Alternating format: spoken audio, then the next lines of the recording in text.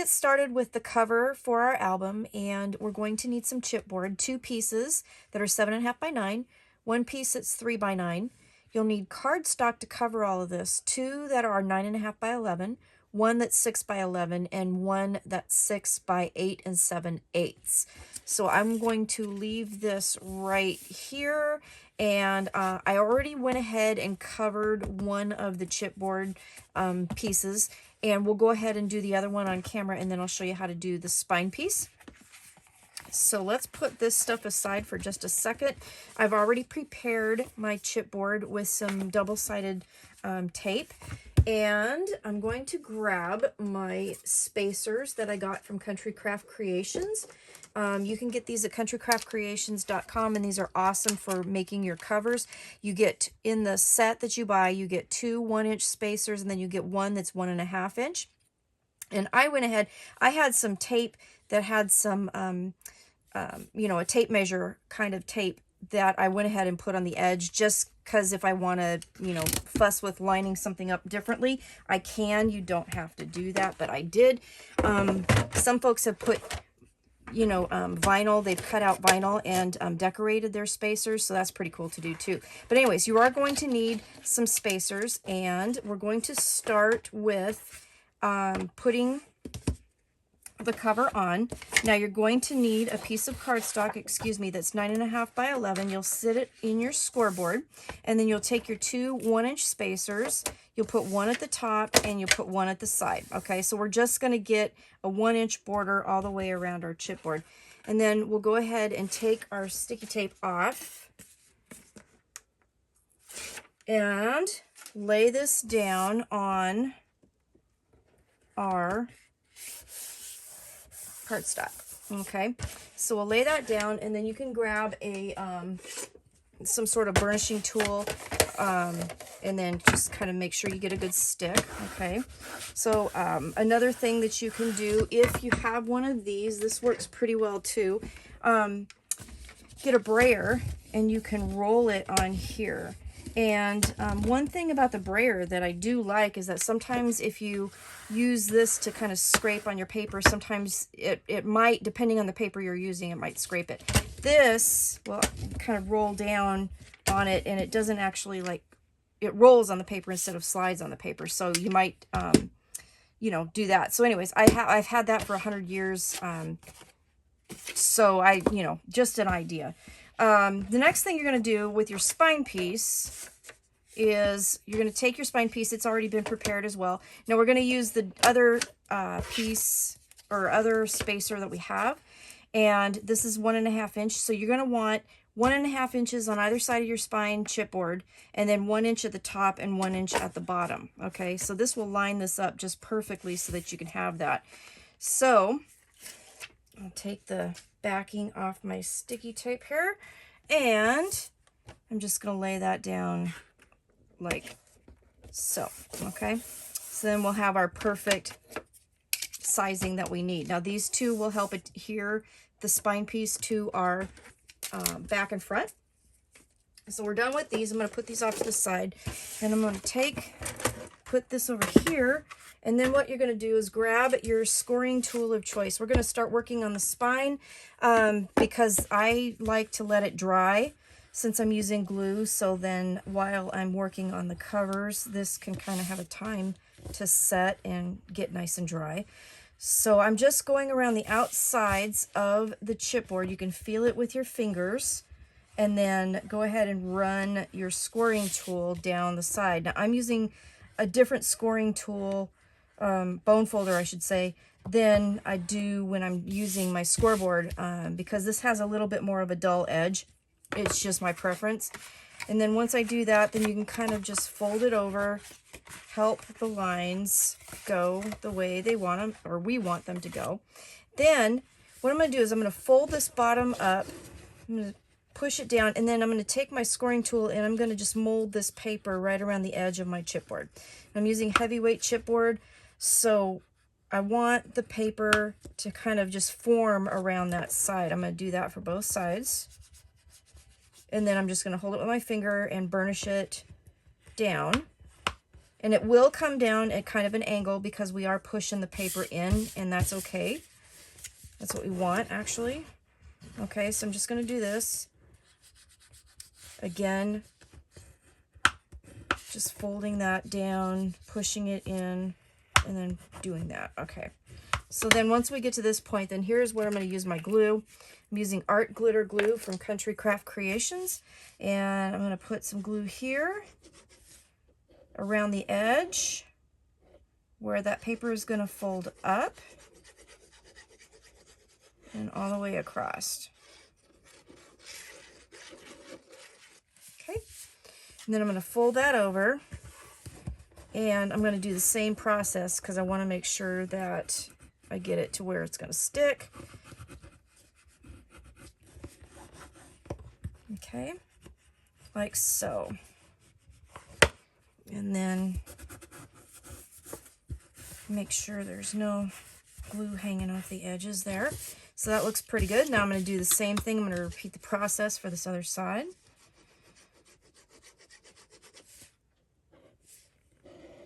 Put it right around the edge there. Probably put a little too much there on that side, but it's okay. We'll wipe it up. All right. Make sure that sticks down. Push it in. Again with my bone folder, make sure we got a good stick. Burnish it down. I did get a little extra glue there. It's okay.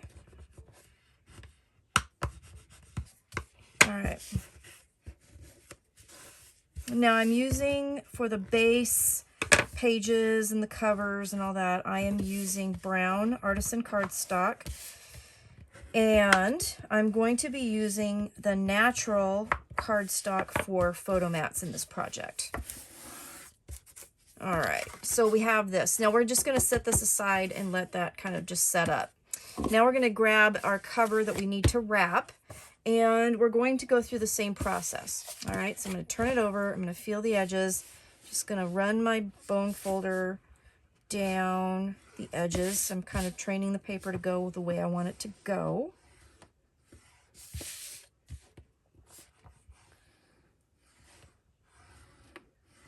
Okay, all four sides.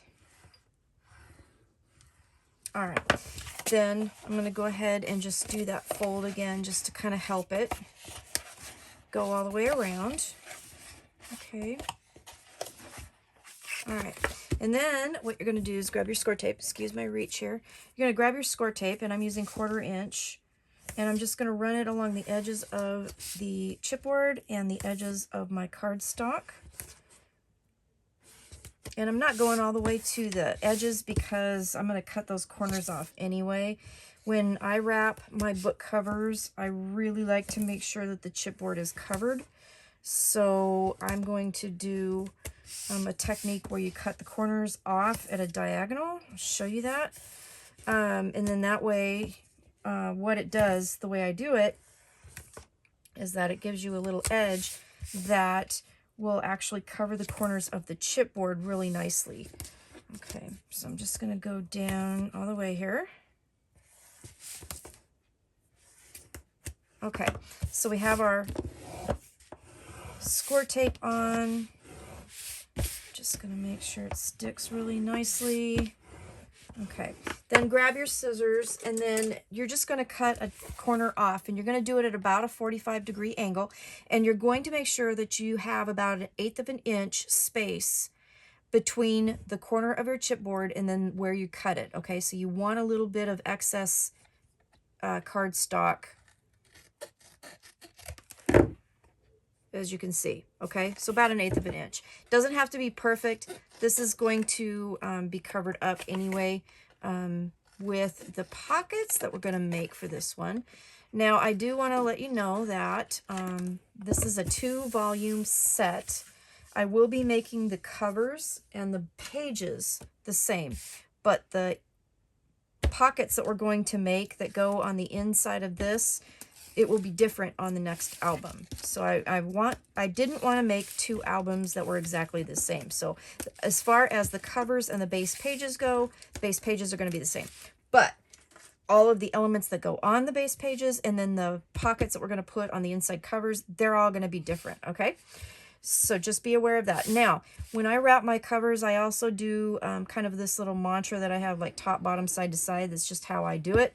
So I'm going to run a little bead of glue around the edge, and I'm going to turn that, hold it down for just a second, and then fold it over. And then burnish that down. Now you'll notice I put a little bead of glue on the edge, so that will help the paper adhere to the chipboard here. And then I usually like to run my bone folder down the edge of that just to kind of square it up and make sure that it's nice and square. Okay, so bead of glue, then do that, fold it over so it catches the tape. And we'll do that. Okay, so now when you get to this point, you're going to notice that you have little bits of chipboard hanging over the side, okay? So you can either use your bone folder to push those in. I just usually end up using my fingernails, and I just go from the outside in and just kind of push that around that chipboard. And then add my little bead of glue. There we go. And then I'm going to do the same process. And when you push those corners in, what they're going to do is they're going to cover that chipboard corner. And then you just take your bone folder or whatever you want and then just kind of flatten that down. And you'll see that the corners are nice and covered. Okay? So that's how I do my corners. Every time I try to do it a different way, I always end up with corners of my chipboard sticking out, and I don't like that.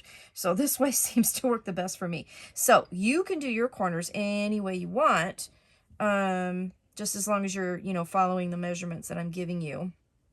But this is just how I do mine, and I find that it works easy for me.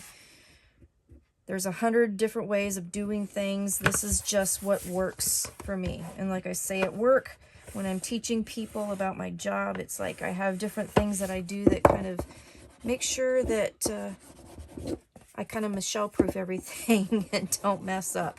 So I have little tips and tricks and all that. So that's what I do. Okay, so we have our 2 pieces of our chipboard covered for our covers, and then we have our spine. So the last thing we need to do with our spine is, I'm going to grab my other scissors here, is we're going to just trim a little bit off of the corners here. We're going to just miter those corners, but don't go too close to the chipboard. Now we did glue right here to the chipboard to try to make sure that we keep that covered. But if you get too close, then you're going to expose your chipboard. So just go a little bit away from that, and then we're just going to miter our corners, okay? Just make sure you don't get too darn close to your chipboard. Okay, I don't know if you can see that, but just leave some space there.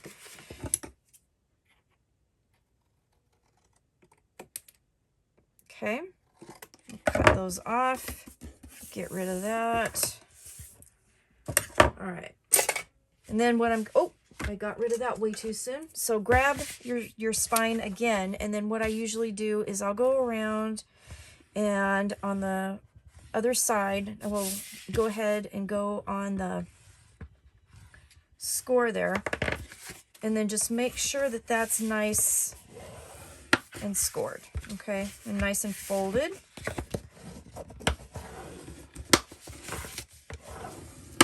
And then something that I started doing was, again, going around and then just going around the edges and then just squaring those up.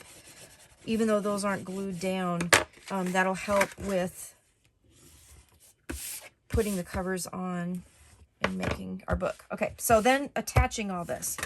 So grab your scoreboard, and I turn it sideways because I'm going to use this bottom edge to help me line things up. And then grab your score tape. Now, when you're attaching your spine to your covers using this method, I've been using a little bit of score tape and about 1/8 of an inch away from the edge. So that way when you put your book together, you don't end up, when it folds, you don't end up seeing like a line of glue or a line of your sticky tape. So I have been putting one by the edge, by the chipboard, and then one at the edge of the wing here. and then take that off. Grab your glue. My glue is acting up. Always acts up when I'm trying to film. Okay. There we go. Let's try that. Oh my goodness. Every single time, I swear. All right. Then grab your cover and then just put your spine flush against the edge of your scoreboard, okay, so it's nice and straight. And then you're just going to lay this down just right at the edge using your scoreboard to help line things up, and then just press that down. Then turn it over and use your bone folder or your brayer, whichever you want, and make sure you get a really nice good stick. Okay, and that should feel nice and flat, okay, when you rub your hand on it. So you don't want the chipboard laying over top of the other chipboard. You want it right at the edge, okay? I'm going to take a quick pause. I'm going to fix my glue tip. I'll be right back. We'll finish this up.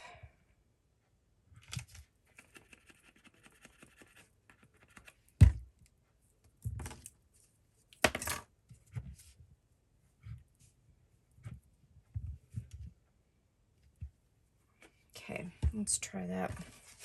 Okay, we're going to turn it over. We're going to do the same thing on the other side. I got it. This is the most awesome, wonderful way of doing this. It makes a really nice cover that lays flat. It does take a wee bit more paper to do it, but it is completely worth it, because now you don't have an album with a spine that has a memory on it, which can drive you nuts when you're trying to look at your book, okay? So let's see if that worked. Ooh, that's more better. There we go. My line of glue, and then grab your cover, and again, just lay that down right up against the edge of that.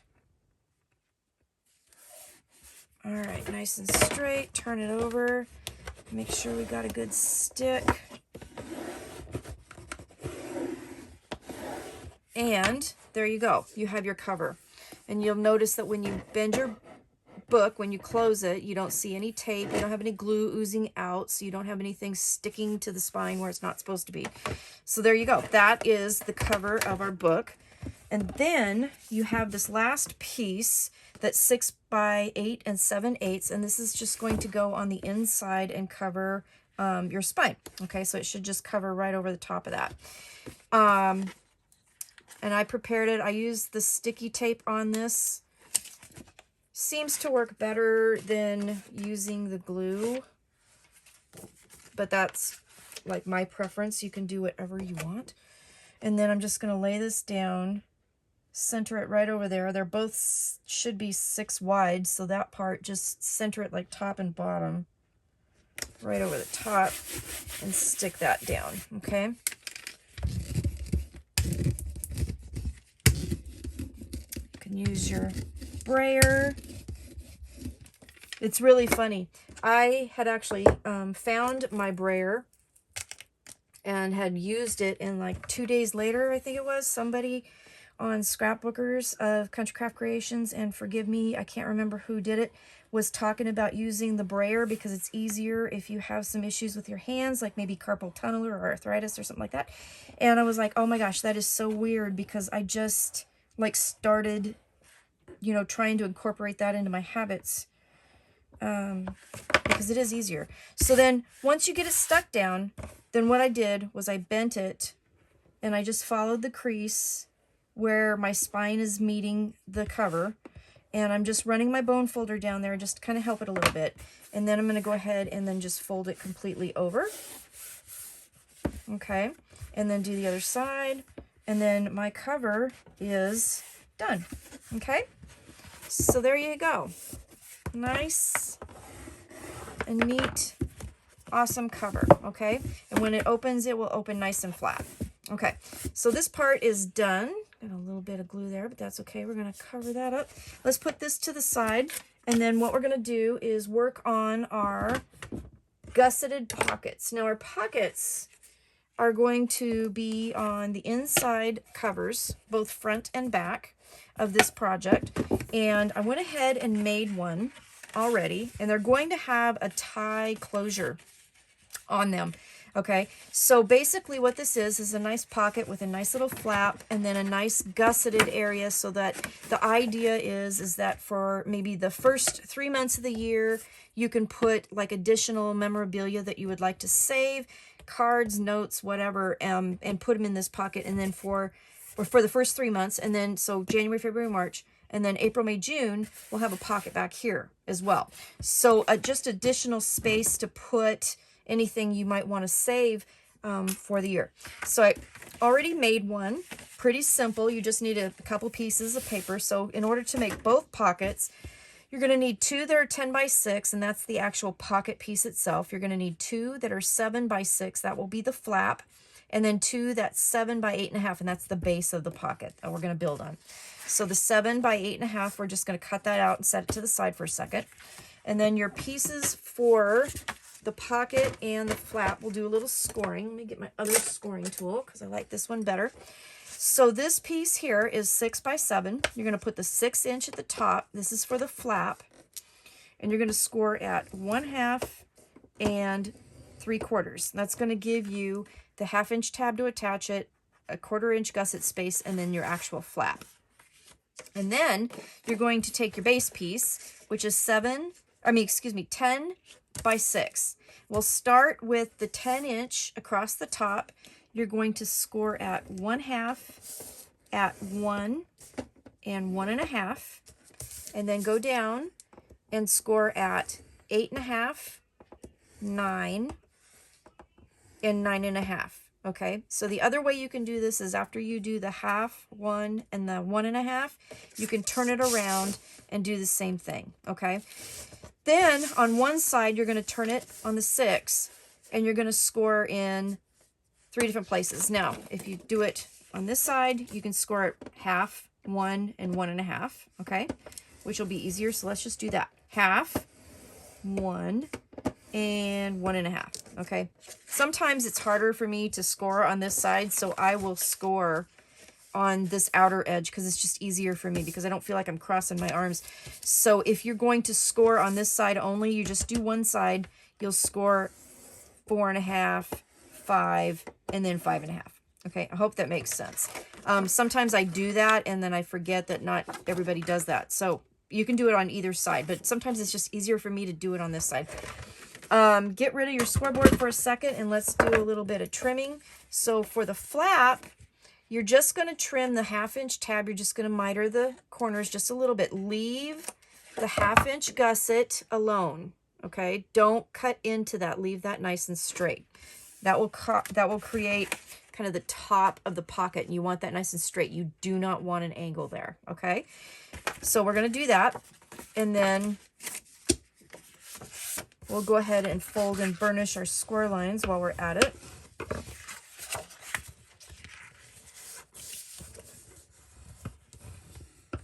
Okay, so you have a nice flap here. And then I used a corner rounder, and I used the biggest one that I have on this one, which is 10 millimeters. Okay, and went ahead and rounded the corners on that. Easier to do now before you attach it, trust me.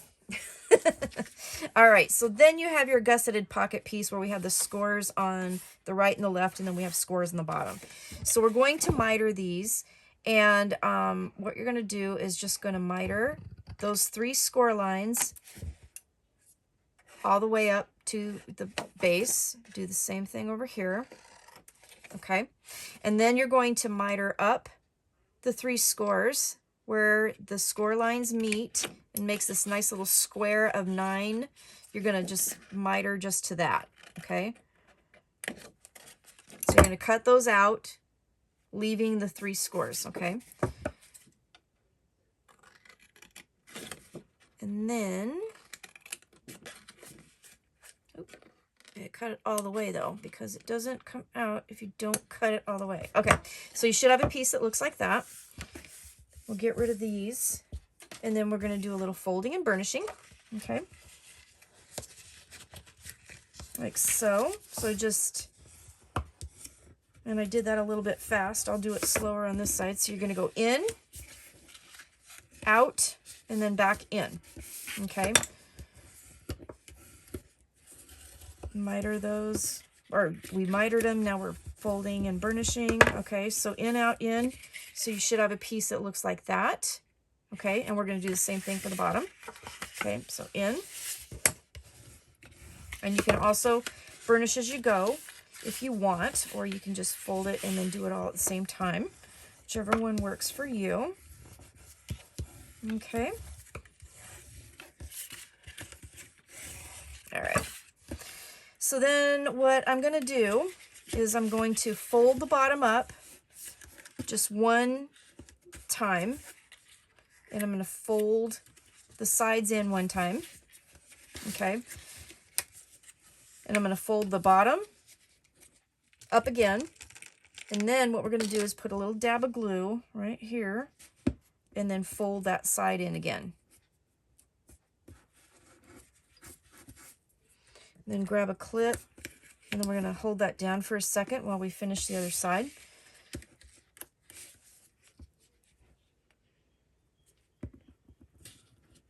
Put that down.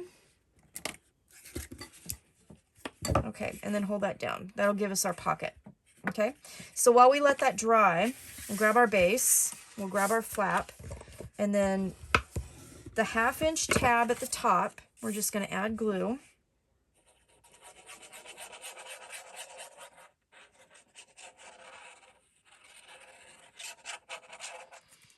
And I'm going to just lay this down right at the top edge, just the 1/2 inch tab gluing down and just lining that up.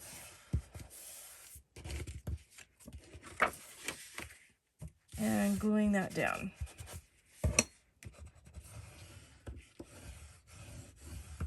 Okay, so we have our flap. And then our pocket, you guessed it, we're going to glue this down at the bottom. So the first thing we're going to do though is, in order to help make sure that things don't get stuck when we put them in the pocket and don't get kind of caught up on this, I'm just going to take a little bit of tape and I'm going to put it underneath here. It's a little bit tricky to do, but I'm just going to put that in there, sticky side up, so that when we glue it down or put it down on here, that will kind of hide the edge of that cardstock and then help things slide in there easier. Okay, so I just did that. And then I'm going to put my glue on. I'm not going to glue the tape.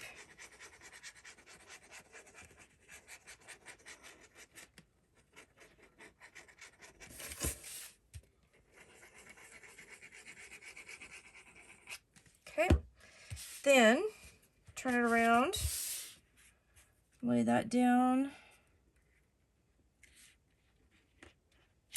lining up the bottom edges and the side edge, and then just glue that down. And then you can take your bone folder and kind of go underneath on that accordion and then just kind of glue, you know, kind of help burnish that down, okay? And then you can burnish it down from the top.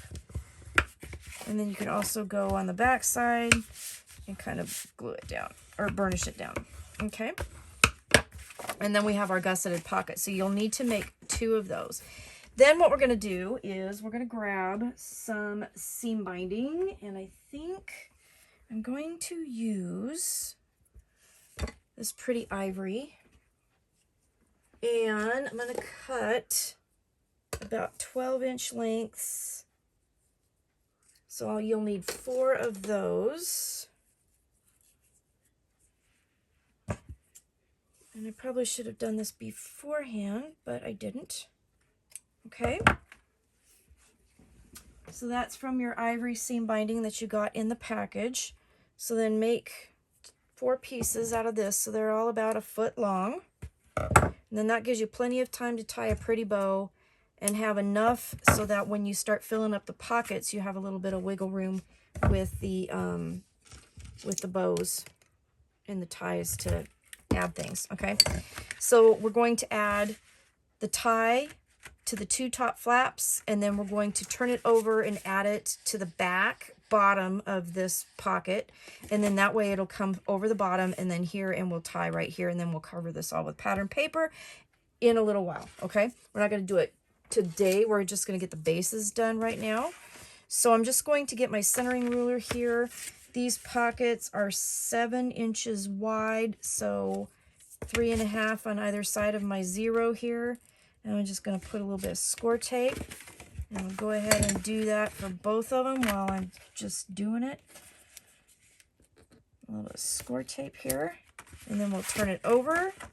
And we'll do the same thing for the bottom.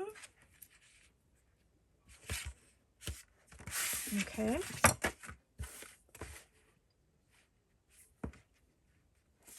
So my 0 is right in the middle, which means that it should be 3.5 on either side. And then we'll take that off, grab a piece of our seam binding, put that on, okay, then turn that over and do the same thing. Okay, these will get covered up with pattern paper, but then when you are done, you will have a pretty little bow here that goes like so. Okay? All right, so that one's done. This one is done. Almost. I got a headache today, and I'm trying. The Advil's starting to work. Okay, so let's grab this other piece. Now, I did take my seam binding, and I wet it down, and then I scrunched it up and let it kind of dry in a ball for a while, and then I hung it up to let it finish drying. So it gives it that nice crinkly look. Okay. And there you go. So we have our 2 gusseted pockets. Now, we're going to put these in later. We're not going to attach them to the book now because I think it's easier to do them last after we put the pages in and after we decorate these. So we're just going to take these and put them off to the side with our book. And then we're going to work on our base pages. So now our base pages, you will need a few things.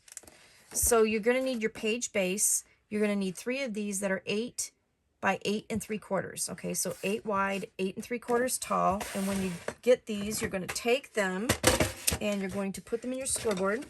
Grab your scoring tool, and you're going to score at 3/4 and at 1. Now, I'm doing a 3/4 inch gusset on this book because we're going to be building a lot on the base pages so that you have a lot of room for each month, because each page, like this will be January, and when we flip it over, we're going to have all these elements added onto for February. So it's going to be quite thick once we get it done. Plus, you're going to want to add things to it. So I made the gussets a little bit wider this time.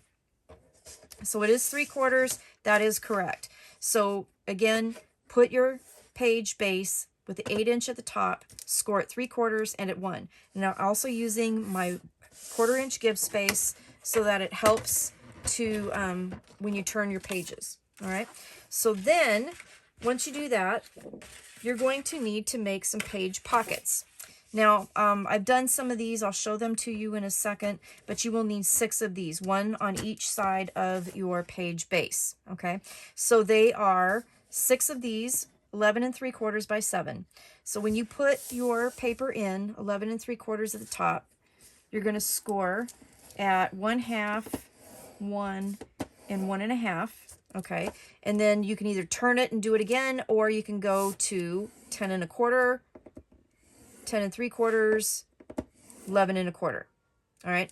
And then you're going to turn, and on the 7 inch side, you're going to score at 1/2 inch. So they're kind of like the pockets that we just made, except we're only going to have 1 score at the bottom this time. Okay. And that's going to be because when we add them to our pages, they're going to be added towards the base of our book where it's going to attach to the spine, and I don't want a lot of bulk right there so that the pages turn. So we're going to have it more flat here, but a little bit of gusset on the top and the bottom so that when we put stuff in the pockets, you know, it'll work well and the pages will still turn. Now let me show you what I'm talking about. So I already made March's page right now. So we've got the base page. I've added the pocket right here, okay? And then I added the April pocket. Now these strips right here that I did, so this is May. I already made that one, okay? In June, so these will go like this. So these strips here came from your cut apart sheet that you got with the pattern papers. Okay, so this one happens to be for January. And on the side, and I should have taken a picture, and I don't have an extra because I used it. But let me show you on, hold on.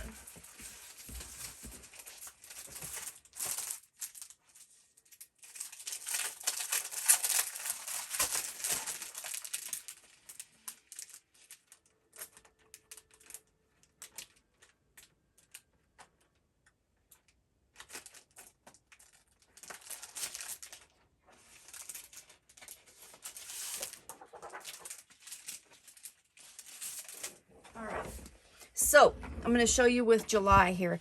The cut aparts for this kit are absolutely amazing, and they're really easy to fussy cut out by yourself. There's a strip border at the top of each one. That's what I used right here to put on the edges of our pockets, so that when we put them in the book, this top part, which is the base page, when you flip it over, you'll have a nice little border there. It's not going to go all the way inside the pocket because you're going to put stuff in there. You don't need to put pattern paper down there. But I thought the edge needed something, and this strip was absolutely perfect for that. So that's what I'm using. So what I did was I took and cut those out, fussy cut those out, and then I cut it to 8 5/8 inches. And then you're going to use your corner rounder, and you're going to corner round the pattern paper, and we'll corner around the base page as well right here. Okay, so I hope that makes sense.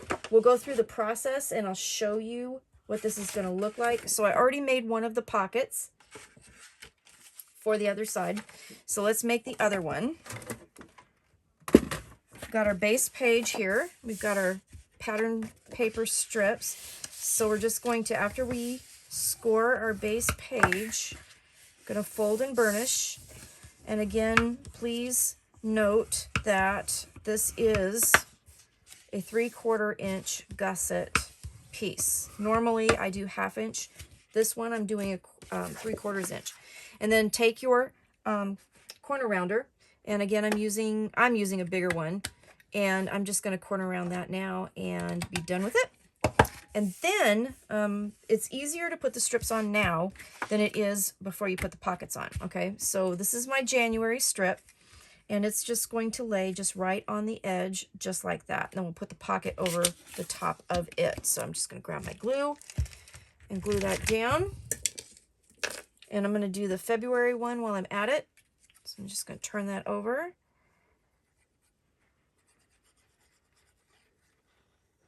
I just love the cut aparts in this. And then while we're doing this video, I'm going to show you, because I spent some time fussy cutting all of the pieces out, because I'm going to use them for decorations and such throughout this album.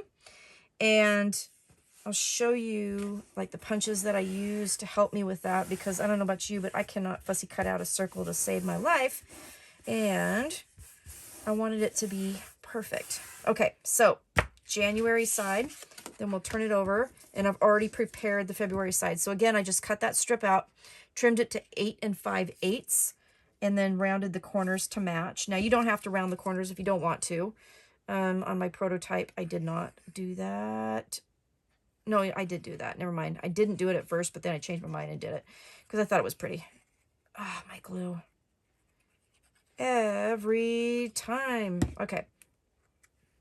All right. And then we'll do this. Lay that down. Perfect. Okay. So this will be February. So the first side, January, and then when we turn it, that'll be February. And then we'll have March will be the next page here. Then April. See how pretty that's going to be? And then May. And then June. It's going to be gorgeous. It's going to be gorgeous. All right. So Then let's make our pockets and then we'll attach them. So the pockets are basically done the same way that you did the pocket for, you know, the gusset pocket for inside the front covers, except you only have one score line down at the bottom. Okay, that's on purpose. You want to do that so your pages still turn nicely. So we're just going to cut up that first score and then cut across all the 3 scores. And then on this one, I'm going to angle the miter just a little bit deeper so that when we put it down, it won't cover the pattern paper. So I'm just going to do it a little bit more steep than I did the first time. Okay. And then before I glue it down, I'm going to just double check it and make sure, because I don't want this 1/2 inch when it glues down to cover that edge. I want that pretty edge to show. Okay. So we're going to cut all that out like so. And then we're going to fold this one up.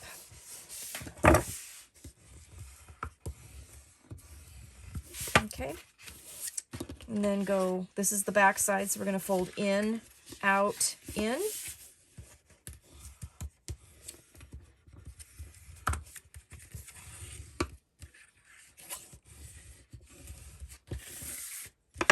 Okay.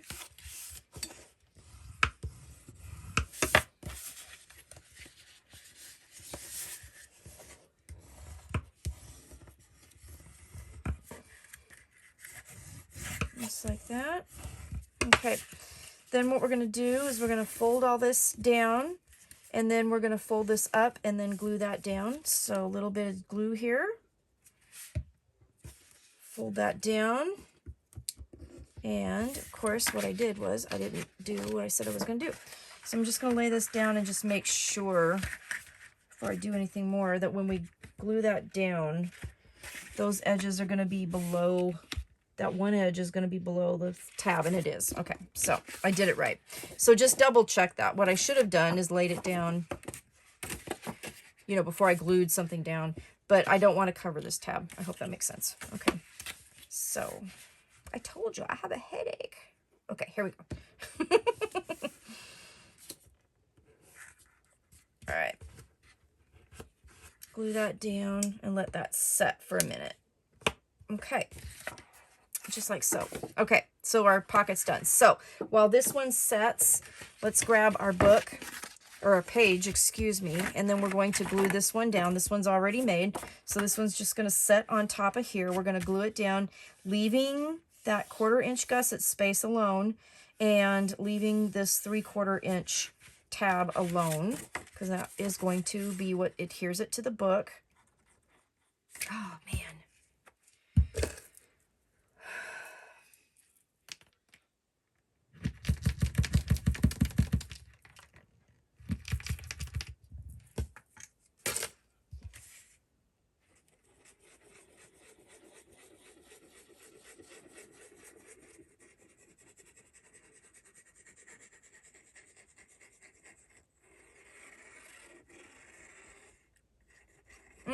And you know what I also did do is I forgot to put my tape down. There we go.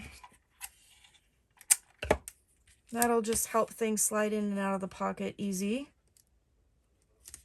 because it'll help cover up the edge of that cardstock. Okay, so that's obviously a lot easier to do before you put the glue on, but it can be done with the glue on there, so you can see. I forget, and then you can still fix it. So there you go. I'm here to show you what to do and what not to do, right? Okay, and how to fix what not to do. All right, so okay, there we go. Go underneath there a little bit.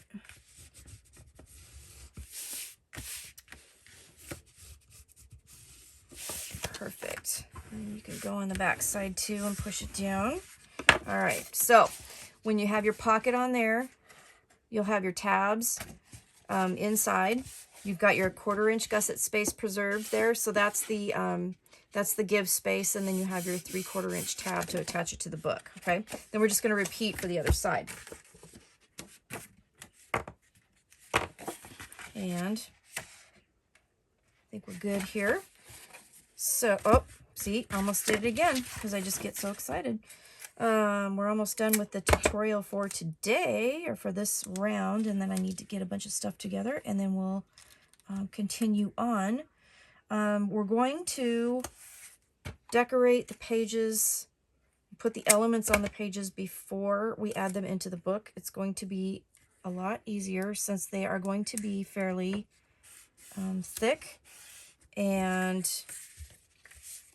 you know, involved. Every page is going to have different working elements, and in both volumes, so this volume here, January through June, will have different elements than July through December. So both volumes, although the cover and the page bases will be the same, the rest of it will be completely different. So you'll have a separate, you know, album that has different elements, different fun things to do with it, and, you know, a different experience as far as making it. So that'll be fun. Come on now. So then I'm just going right to the edge. I don't want to go in the crease. I just want to go to the edge. Lay that down. Okay. Now the tape thing you don't have to do if you don't want to. It's something that I've been starting to do a lot more of. I cannot remember where I saw it on Scrapbookers, but it is an amazing technique and I love it. And it does help with making sure that, you know, tags and things don't get stuck in pockets. If you're not going to put pattern paper all the way down to cover the tabs, which I normally do a lot of, but on this one, since we're not going to put pattern paper down there, yeah, there you go. So now you should have a page that has 2 pockets on each side. So you have a space for extra January fun to keep cards, receipts, pictures, you know, whatever memorabilia you'd like to store in this album. And then over here in February, same thing. Okay. I can also see this album working as like a, I don't know, just a ton of different ideas. I just think it's really cool. Okay, so we have January, February, March, April, and then May, and then June. So we have our pages done. Now we're going to build on them next, put our pattern papers on and everything, and then we'll adhere everything into the book. So I'm going to get some stuff ready, and I will be back with some more stuff.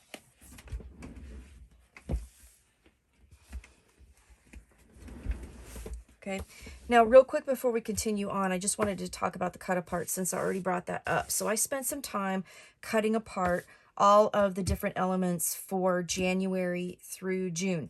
I'm planning on using most of these things. You know, the decoration process will happen here pretty soon, and you know, we'll go from there. But I wanted to be prepared just in case. So I wanted to just talk you through how I did some of this stuff. So obviously the square ones, just cut them out.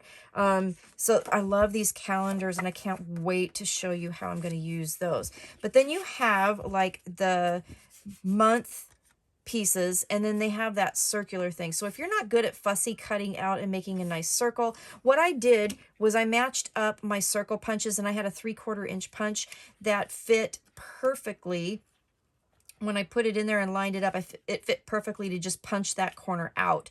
And so if you're really not like me, if you're not good at making a nice straight curve there with your fussy cutting, that is an option. So the 3/4 inch punch did work perfectly for that particular edge there.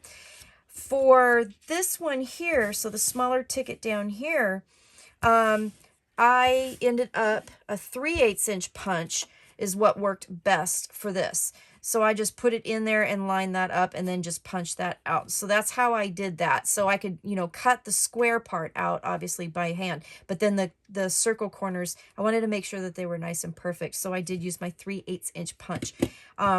So then, let's see, the other pieces here, I just fussy cut out the tickets that are right here. These also, the 3/8 inch punch worked perfect for that.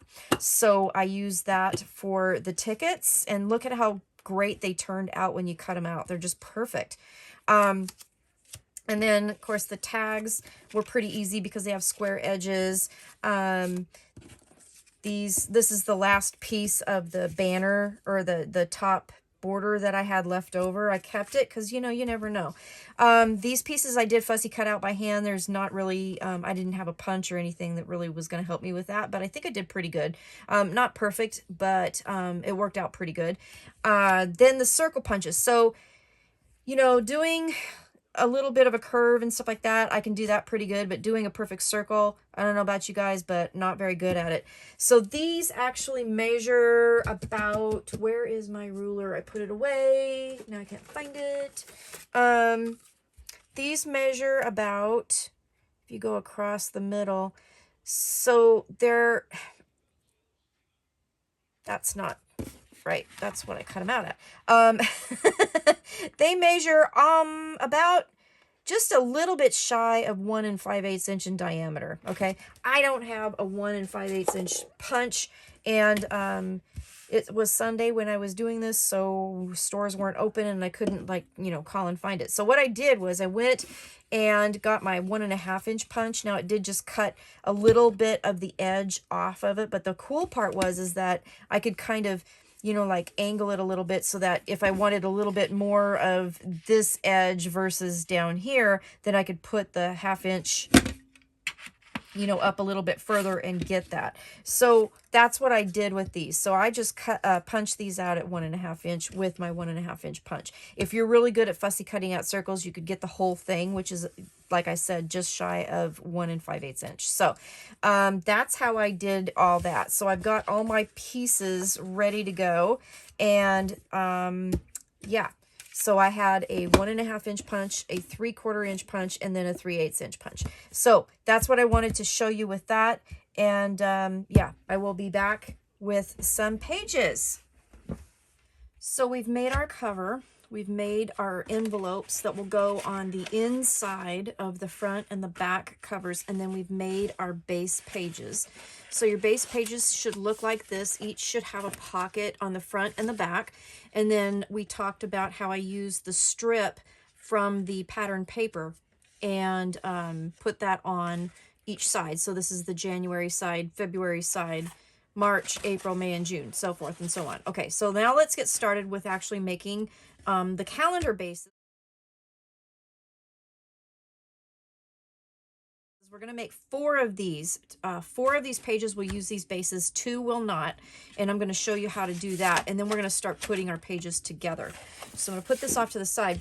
So for your calendar bases, you will need 4 pieces that are 5 by 7. Now, when I'm talking about calendar bases, let me grab my, where did I put it? Of course, I hid it for myself. I cut apart all of the cut aparts on one sheet so that I could use them for the decoration after I get all the things done, and put them in a little paper bag and labeled it. So I've got one of these for every month that we're going to work with. So when I'm talking about the calendar bases, this is what I'm talking about. These are the coolest things on the cut apart sheet. I just love this. So you have an actual calendar. So you could write on this and you know, use it as part of this book, because, you know, this is a year-long kind of 2-volume calendar journal. And I wanted to be able to use it as part of the page, but I also wanted it to be removable so that you could write on it and have a nice flat surface to write on it. So what we're going to do is we're going to make these bases. Now, you'll need 4 that are 5 by 7, and what we're going to do is put photo corners on. We're going to make them, but you can buy them if you want to, but I'll show you how to make them instead. And then these will attach to the pages in different ways, and then you can put your calendar in there, and then it'll be part of the page, but it will also be removable so that you could write on it. So I just think that's super cool. And look at this. Look at the little dachshund. Can you see that? Oh, after my heart. Oh, I have 2 dachshunds. Okay, so anyway, we're going to make 4 of these. So 4 pieces that are 5 by 7, and then for the corner pieces, you're going to need some little bits, and I just kind of cut these out of the scraps from cutting everything else out. So you're going to need a piece of cardstock that is, and I want to make sure I get it right, 1.5 by 1.5 inches. Okay, then what you're going to do is grab your scoreboard, and you're going to put them in your scoreboard and score them. And this is a little tedious, but if you got, you know, a TV show on and you're watching, you can do this while you're watching your TV show. But you put it in diagonally, and from corner to corner, you score them. All right, just like that. And then what you're going to do is you're going to cut one of those triangles out that you just made. So you'll end up with a piece that looks like that. And then you're simply going to just fold them over and then glue it down, and then trim it if you need to, which we will do on this one.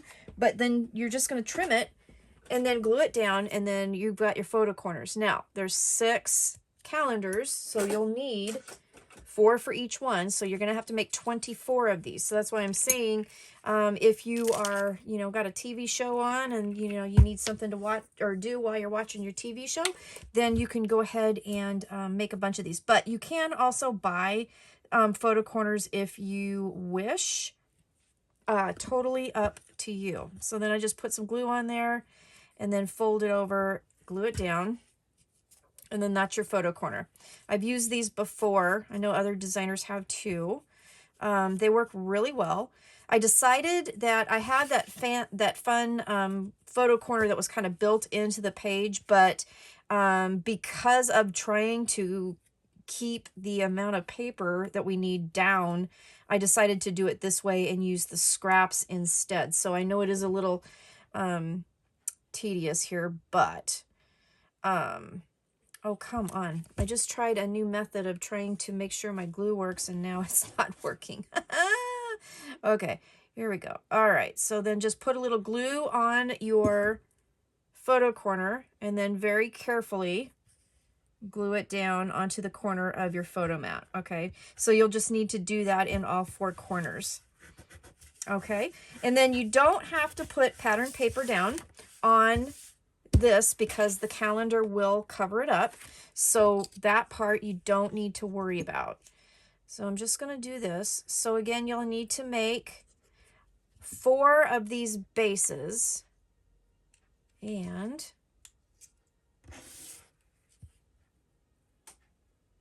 you'll need to make 24 photo corners in all. Okay, so we have 4 of those. So we're going to set those aside, and I have 8 more for 2 pages that aren't going to use these bases. So we've got those ready to go. So we're just going to set these aside for just a little bit. And then what we're going to do is start working on our pages. So we're going to start looking at page 1. So page 1, going to grab our scoreboard here. We're going to grab a few pieces of paper. Get these all under control here. Okay, so there's going to be a pocket underneath everything on the base, and that's going to be 1 at 3.5 by 7.5. You will need the fold out that is 8.25 by 12, and you just need 1 of those.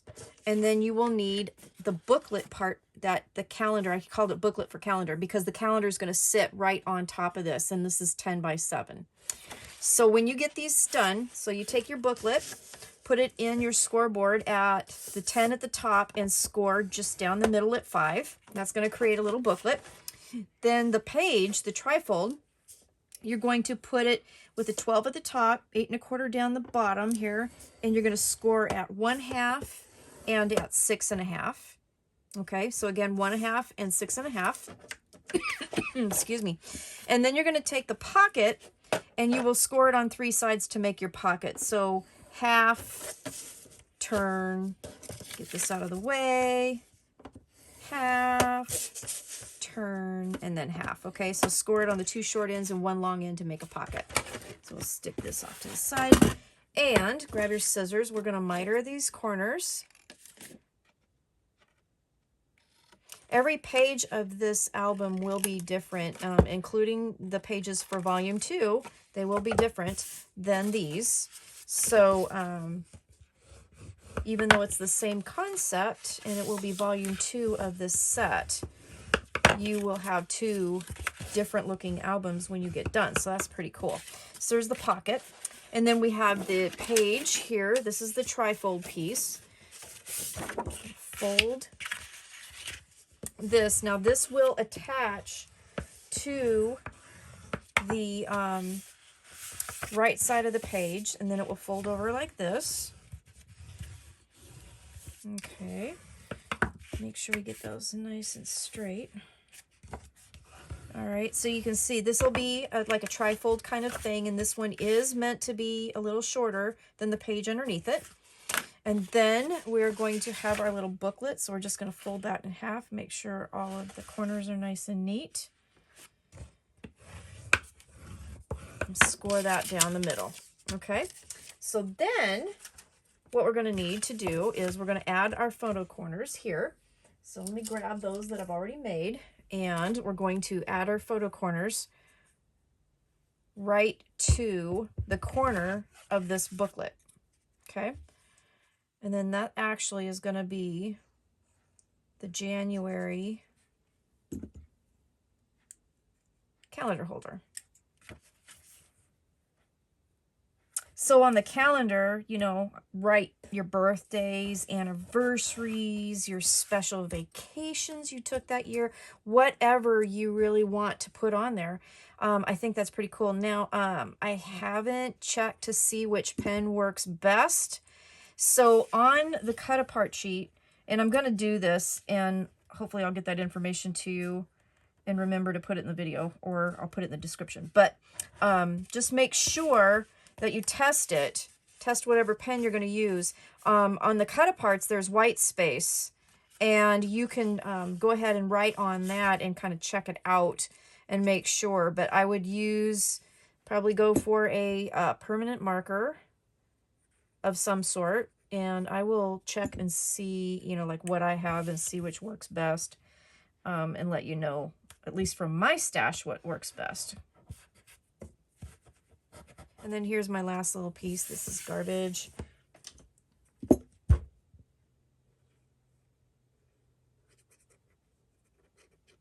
Okay.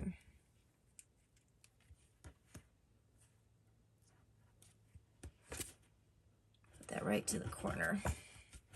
Let these dry before you stick your calendar in, so that just in case you have some glue that seeps out that you can't quite wipe up, that at least, you know, it'll get dry, and then you won't glue your calendar down, because that's the whole point of doing these, is that you want your calendar to come out.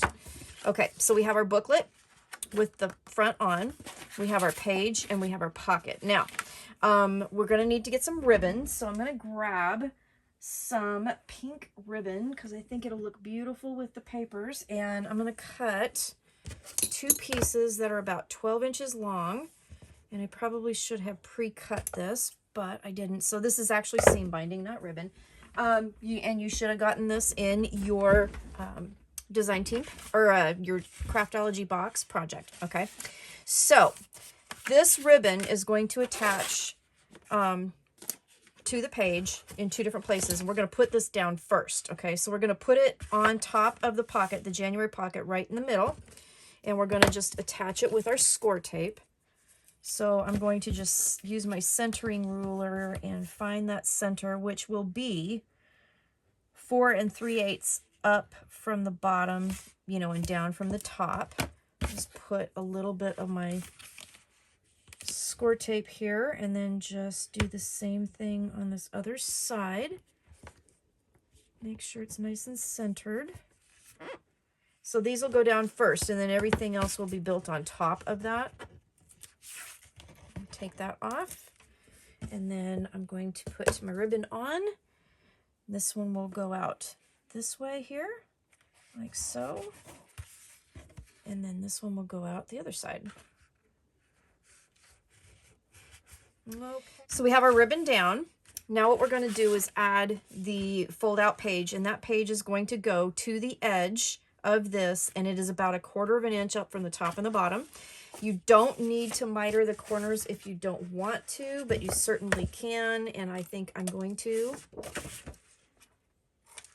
like so. And then put glue on that trifold, on that 1/2 inch piece here,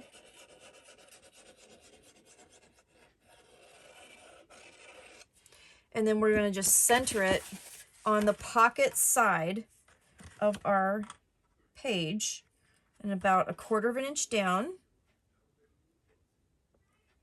centered here, okay, and then right over that ribbon, right at the edge of that pocket, okay, like so. Okay, so here's your trifold like that. All right, so then the next thing we're going to want to do is do the pocket, because the reason why we're going to do the pocket next is because it sits right over top of that hinge, okay? And then we're going to put pattern paper under it, and then it'll cover up all of the pieces. All right, so we're going to attach this pocket with some glue.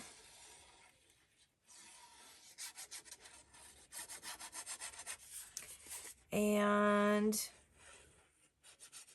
I sure hope this video comes out okay. I'm pretty nervous. I want to make sure that this project is nice and perfect for you. Very much an honor to be doing a Craftology box, that's for sure. And I don't want to mess it up, and I want to make sure y'all have a good project. Okay. So we have our pocket here. Okay. And then what we're going to do is we're going to have our booklet. The booklet will attach right to the top of this, but as you've guessed it, we're going to have to put pattern paper down first before we do that. So I do have a piece of pattern paper cut out that we're going to attach to the top of that page. Okay, and I'll open it up so you can see. So that'll be on the top page. So we're going to go ahead and put that down. Now, in your kit, don't panic, because you get 2 of these pages that have this on the back and this on the other side. So I kept one, and like I said, I spent some time and I fussy cut out all of these things and have them all ready to go, so that after I get the papers on, then I can go ahead and decorate. Okay, so I'm going to put that down. I cut them 1/8 of an inch smaller than the page that they're covering. Isn't this paper gorgeous? I am just, oh, I love this paper so much. The pattern is gorgeous, just gorgeous. And then this guy here will glue right to the top of that. And what that's going to do is going to give you another little opening. All right. So, I'm going to go ahead and do this. Now, if you want to, you could glue this on 3 sides and make this also a pocket. I did not choose to do that, but that's certainly an option. This whole album, you know, you can do all kinds of different stuff to it. But I'm going to just center that like so. Okay, and I am kind of eyeballing it, but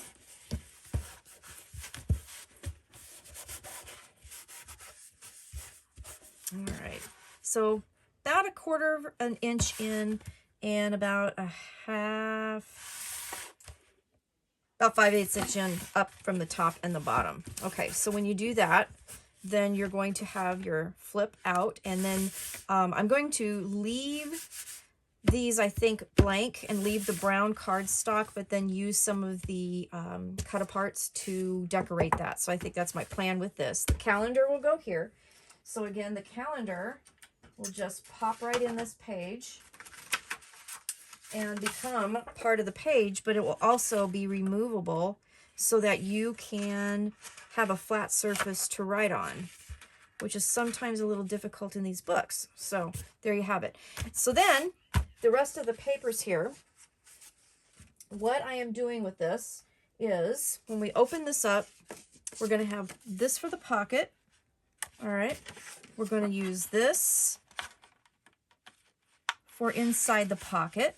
And I'm just putting that down all the way, and it's going to cover all the tabs. So whatever tags you put in here, you totally do not have to worry about them catching. And then I've cut 2 pieces of ivory, or excuse me, not ivory. It's actually natural cardstock to make photo mats. And then I'm going to adhere one of the cut apart pieces here. These pieces are 4 by 5 and 7/8. All right, so 2 of those, and those will go here. All right, so that's how you're going to do that. And then, so I did it so that when you open it up, it kind of has a nice flow with the 2 blues here. All right, then what we're going to do is, I'm going to get rid of these for just a second. I'm going to hide these in the pocket because we'll put those on later so we can get the construction done. And then, so it'll sit like this, and then it'll open up like this. And so this is separate than the calendar opening. You have it here and you have it here. So in here, what we're going to do is, I need to find it in my pattern paper, and I'm going to throw everything else on the floor. Okay, so when I was making this album, there was a little bit of confusion about how much paper I had per month. So what I ended up doing on this one, because I was trying to really conserve my paper, I had some pieces that I decided to use strips and do like a patchwork piece here. So I just cut some strips here out of my leftovers. So I have a photo mat here, and the photo mat, I'll give you the measurements here, 4.5 by 6.5. This piece here is 3/4 by 8.25, or excuse me, 8.5, 8 1/8. So 3/4 by 8 1/8. And then this piece down here is 4.5 by 1.5. Okay, so that will frame that photo mat, and then you'll have this piece here. When you fold it over, then you're going to see a little peek of that through there, and that will tie into the pocket here with that paper. Okay, so it'll look like that. So I will put that together, and I'll come back and I'll show you what it looks like when we're done. Okay, so I made the page, and this is how it's going to look. This is what I did. So it has a tie closure that keeps everything together, and then you open it up, and then I'm going to decorate this, and I will show you through the final run through. Then it'll open up like this. You have a nice photo frame here, and then you have this nice area here. Look at the doxy, so cute. And then it also folds out like this. So you have a nice pocket here, you have this, and you have that. And then it all ties up nice and neat. And then you also, with every month, of course, you not only have the page element, but you also have the pocket here. So that's the first page. So now let's work on page 2. So this is February. So with February, what we're going to do is we're going to create a really cool gatefold with a pocket underneath it. And what we're going to need are a few things, just a couple pieces of paper, and this will be really awesome. I think you're going to like this. Okay, so for the pocket, again, we're going to make one that's 3.5 by 7.5. We're going to score it at 1/2, turn, 1/2, turn, 1/2. Okay, so you have 3 sides, 2 short, 1 long, and then you're going to take this piece. Now this is, I'm calling the gatefold flip, and you'll see why in just a minute. This one is 8 3/4 by 12. And the first thing you'll do is stick it in with the 12 at the top. We're going to score at 3 and at 9. And then turn it so that the 8 3/4 is at the top, and then score it at, 1/2. So then what we're going to need are, we actually are going to need a couple more things. So I'm going to need a couple magnets. You will need 2 for this page.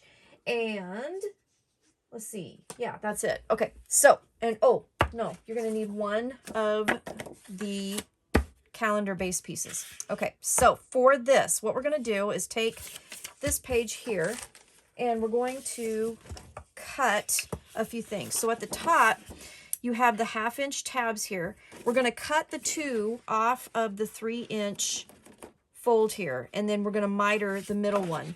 So you're just going to go up the score line and cut that to the score line, so that whole 3-inch section, and then go ahead and miter that.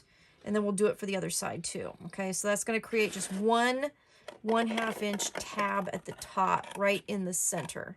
Okay. And you should have a piece that looks like that now. We're going to fold and burnish our score lines here. All right. And this one, actually, I'm going to do it this way. And then I'm going to fold these towards the front. So the tab to the back, and then fold these two 3-inch sides to the front. This is going to make our gatefold here. Just like that, okay? So you'll have something that looks like that, and then you'll have a tab at the top. And then let's create our pocket. So we're going to miter our corners for our pocket. I'm going to go pretty steep with the miters, you know, right across the corners, because I want to kind of help with the bulk of the pocket.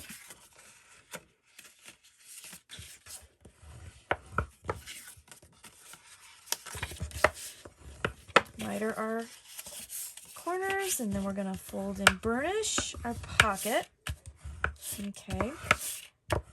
All right, and then you guessed it, this pocket is going to sit right at the bottom of the pocket that's on the back of the base page. So this is February now. So let's go ahead and put our glue down.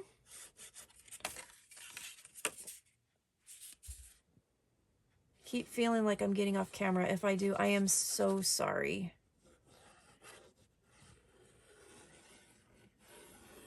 And I'm not doing a very straight line either. Oh, today, too nervous. That's what's going on. I am way too nervous. All right. All right. Pocket down.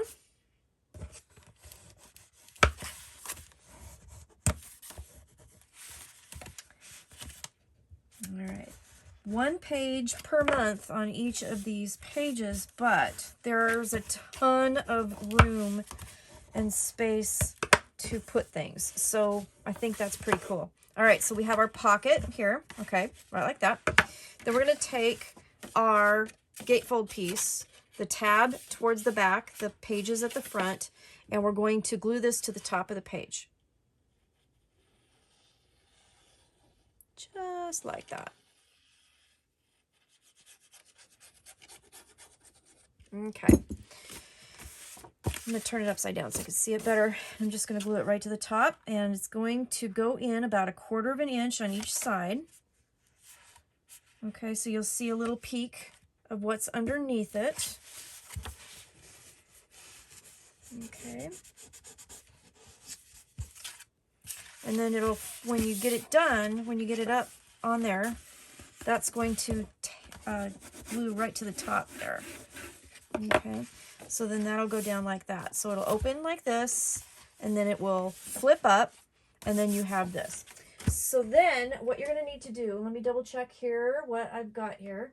The next thing you're going to need to do is you have to put your pattern paper on one side first, because this is going to glue to the top, and then we're going to use a magnet to keep this part closed. Okay, so this is your calendar base. So we're going to glue this first down.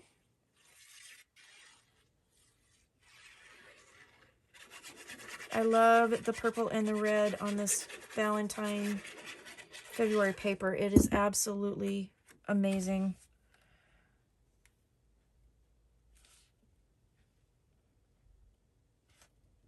Okay, so I'm gluing that down. And then the other thing too is you can ink the papers if you want. I chose not to, but you certainly can do that. So once you have the left side papered with your paper, then this will glue to the top. Now, I did cut a little piece of the red that I'm going to put on the back here. And I need to set my magnet first. So what I'm going to do, before I do all that, grab your magnet, and you have your piece of paper that you cut. So the piece of paper that I'm cutting to kind of cover the back side of this is 6 7/8 by 2 7/8. Okay, so this is the back of your calendar base, and we're going to lay it here. So we're going to want to put a magnet like under here on this side. So I'm just going to turn it over. We're going to go right there. Grab our magnets. Oop, not that one. This other one.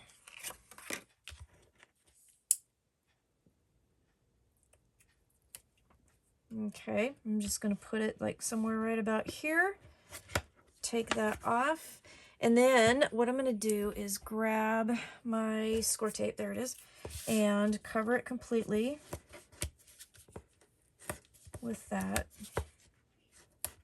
And then I'm going to show you something else that I have started to do, and I'm trying it with this to see how it goes. I just need to get like a scrap piece of paper here, and I'm just going to get one from my pile of scraps here. So just a plain old piece of like white cardstock, and I'm going to grab a circle punch, and this one happens to be an inch. And what I've been doing, because I really don't like the edges of the magnets showing. It drives me crazy when you see the indentations with them. And so I was playing with this, and it actually actually worked pretty good. So what I'm going to do is put a circle over that tape there. Okay, and then I'm going to glue this right to the top of it. And it's going to really help kind of, I don't know, it just seems to me like it does help with hiding the magnet a little bit more. And that little, if you don't use too thick of cardstock, it hasn't made any difference in how the magnets work, because these magnets are so strong. I got these magnets from Country Craft Creations, and they are absolutely amazing. So you don't have to, you know, worry about that. So this is just going to close that off, be the closure. So that way when you open up your page after we adhere this down, then your backside of your calendar piece will also be covered as well. Okay. So putting our magnet there because we're going to have to attach it here, right? So what we're going to do is I'm going to just glue that down, and then we will set our magnet. Okay, so we're just going to put glue kind of about halfway.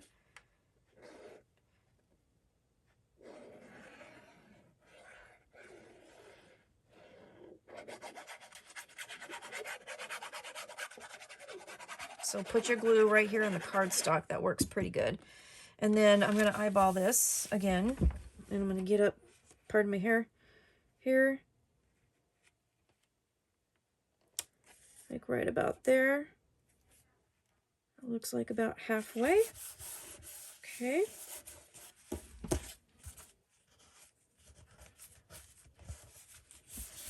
Okay, open that up, press that down, all right, and then we'll go ahead and set this magnet and do the same thing with covering our magnet. If I can get the tape off, or the paper off, I should say. There we go. All right, so then this is our page. So this is February. Calendar will go here. This will open up. You'll have a nice gatefold presentation there. And then, but wait, there's more. You'll flip it up. Now, we are going to need a second magnet, because I did set another one on the pocket and the back of this.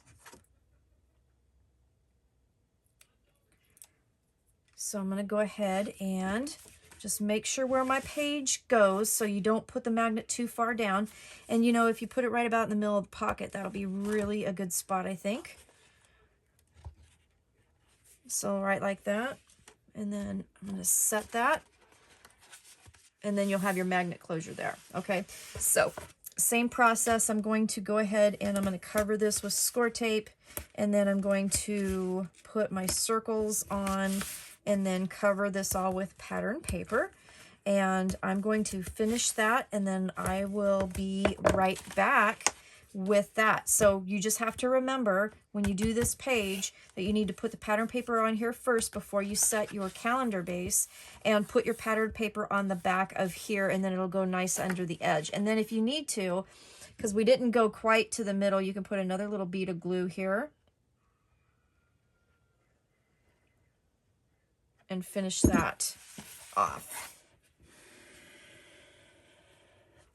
It's like that.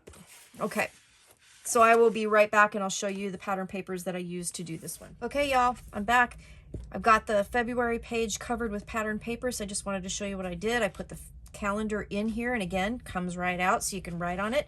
It opens up in a gatefold, and then what I did on the inside here was I used the pattern paper with this gorgeous, gorgeous, gorgeous paper, a pretty little kitty cat right there. And then what I did was on the two sides of this, I added photo mats out of the natural artisan cardstock, and they are 2 7/8 by 4. And you'll notice that there are a little bit wider pieces, you know, like in between here rather than on the sides, and that's because I'm going to use one of those cut aparts and put in there so you can slide your picture underneath, but I just had a little bit of extra room there, so I did that kind of on purpose. But there you go. So then it goes like that. It holds with a magnet closure right here, and then it opens up, and then you have this huge layout here. So you have, again, this beautiful, gorgeous paper. Look at this letter paper. I mean, seriously, is that not to die for or what? The colors are just, they're so good. So you have a nice big pocket here that you could put your love letters in. So there you go. And that one closes with a magnet closure as well. So here is your first page set. So we have January and we have February, and each have a nice big pocket so you can add more memorabilia. It's going to look like this from the top, so it looks like it's really bulky, but there's a lot of room to put things, and that is one of the reasons why I used a 3/4 inch gusset and a 1/4 inch give space, so we have lots of room to be able to maneuver around with this. Okay, so let's get started with the March page. All right, the March page is pretty fun. We just need a couple things here. So we're going to need one of our calendar bases that we've already prepared. And then you're going to need a belly band. This is a belly band page. So you'll need a 2.5 by 9 3/4. And this I just scored at 1/2 inch on each side. Okay. And then that makes your belly band. So again, 2.5 by 9 3/4. And then we're going to make an insert that goes in the belly band. So you're going to need 3 pieces of paper at 5 by 8.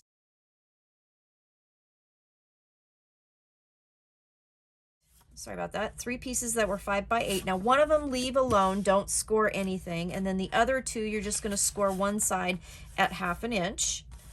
Okay, so there's that, and that's for the insert. And then inside the insert, you're going to have a waterfall. We're going to do a stacked waterfall, and you're going to need 3 pieces of paper, 3 1/4 by 11, 1 at 3 1/4 by 10, and 1 at 3 1/4 by 9. Okay, so let's start with the waterfall, and you're going to put each piece in with the long side up. So this one happens to be the 9 inch, so you'll put the 9 inch, 10 inch, and 11 inch piece at the top, score at 4 1/4, and then turn and score at 4 1/4. Okay, so you'll need those 3 pieces. We're going to score those all the same, so they're a little bit longer. You just score at 4 1/4, turn, score at 4 1/4. Okay, so all 3 of the waterfall pieces, that's what you're going to do. And again, on the insert page, 1 5 by 8 you leave alone, don't do anything to it. The other 2,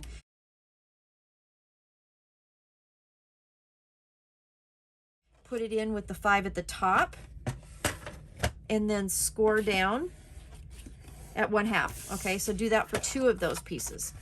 And then for our belly band, again, 2.5 inches by 9 3/4, 9 3/4 at the top, score at 1/2 inch on each end. Okay, so once we do that, we'll fold and burnish, and we'll put this bad boy together. So we've got our calendar base, we've got our belly band here. Let me get some of this out of the way. It's taking up space. All right, and then we have our booklet. So let's do this. Let's fold that 1/2 inch on our little fold out, or our booklet here. So only on 2 of those, like so.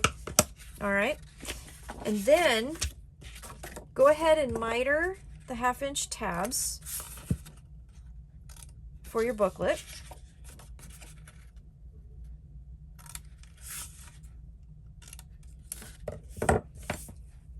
All right, and then grab your glue, and we're going to glue 1 to each side of this, the other 5 by 8 inch piece. Okay, put your glue on the 1/2 inch tab, and then we're going to just adhere it down to the edge. Okay, just make sure it's all lined up nice and pretty, just like so.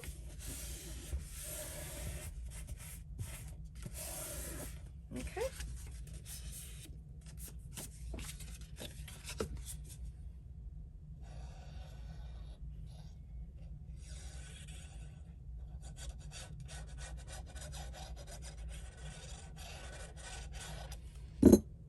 And then open that up and then just glue it to the other side.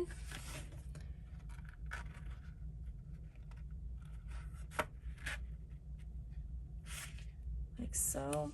Make sure it's nice and straight.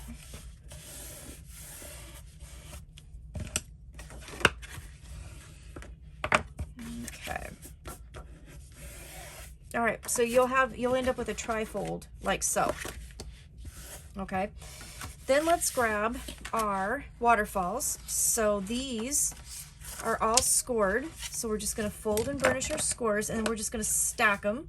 And for those of you who are familiar with my stacked waterfall, I love this method. I think it's a lot easier for me anyway to put the waterfalls together, you know, and keep them straight rather than having like a whole bunch of different pieces. You only end up with, this one will have, you know, 6 pages, but there's only 3 pieces to have to deal with, so it's kind of nice. And then if you're a member of the Scrapbookers of Country Craft Creations on Facebook, you can ask to join that group. And then I did do kind of a cheat sheet on these waterfalls with different sizes and measurements and things like that. So you can download that and use that. So take the piece with the widest spine piece in the middle and then grab the next one that goes right on top of it. So what happens is that this will glue down 1/2 inch in from the folded edge of the one before. So there's 1/2 inch gussets, and you just take your glue and put it on this back middle spine piece of the waterfall, like so. And lay that down, and I'm just using the edge of my scoreboard so that I can keep it nice and straight. And then I'm just going to lay that down and glue it down. So the score line comes to 4 1/4. I'm setting this at 4 3/4. Okay, if that is more helpful for you. And then just wipe up your excess glue. Okay, and then open it all up, and then grab your third piece, and then we're just going to do the same thing with the 1/2 inch middle spine piece here.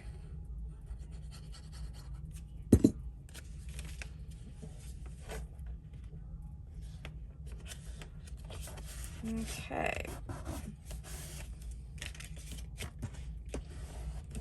like so.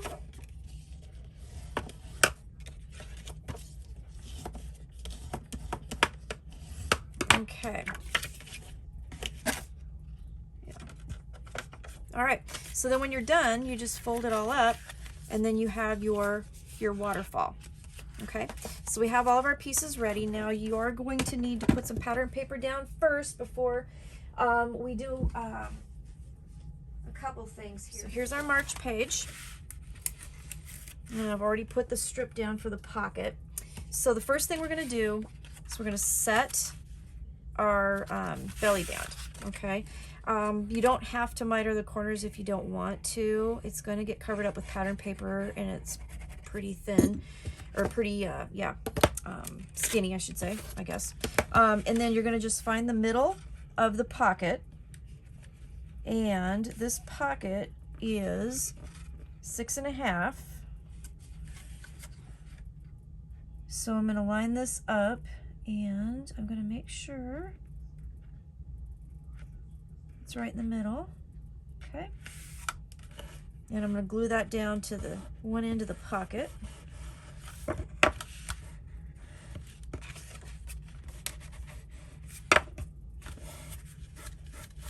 Okay.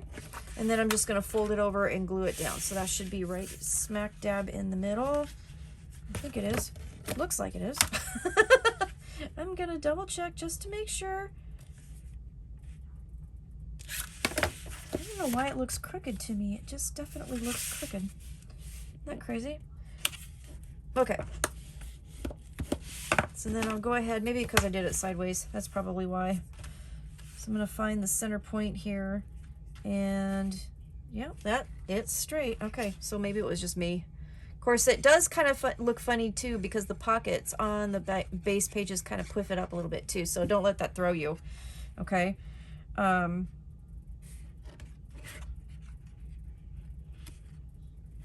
Okay.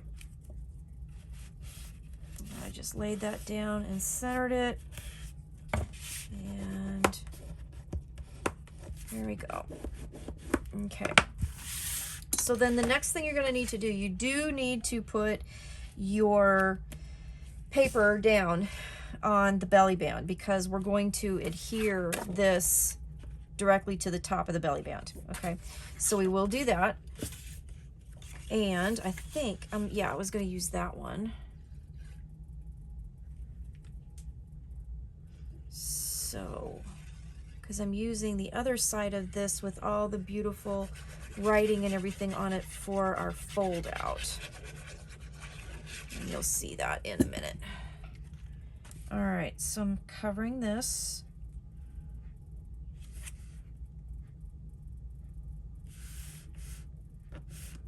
There we go.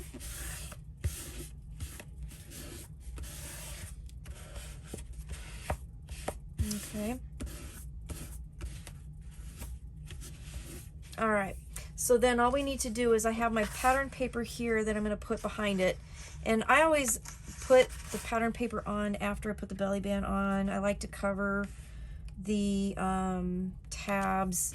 It just makes it easier. So when I do this, I just kind of put it in there, I line it up, make sure that it's nice and straight, and then I hold it down with one hand and hold it up, and then I put the glue on the edges, and that usually works really, really well for me. Sometimes I forget and I just get to talking and I put the glue on, and then I'm trying to put pattern paper under here with glue on it, and it doesn't work very good. Look at how gorgeous those papers are. Oh my God. I just love this. Love it. All right, and then flip it down, do it again.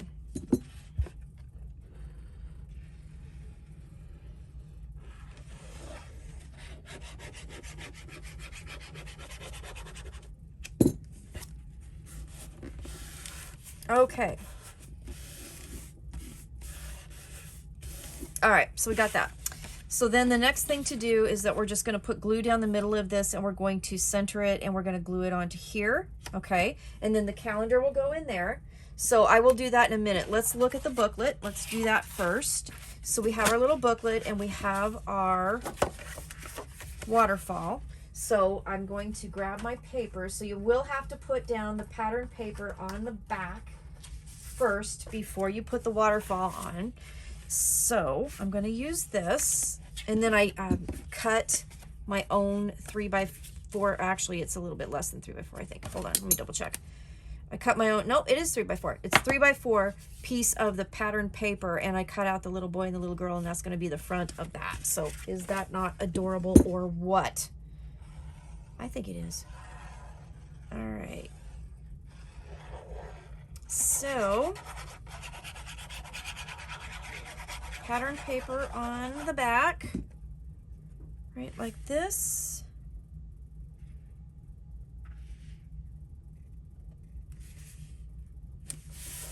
All right, here it is. Okay, and then we will put this, we're gonna just center it right in the middle, okay? So I'm gonna put glue on this back spine piece here.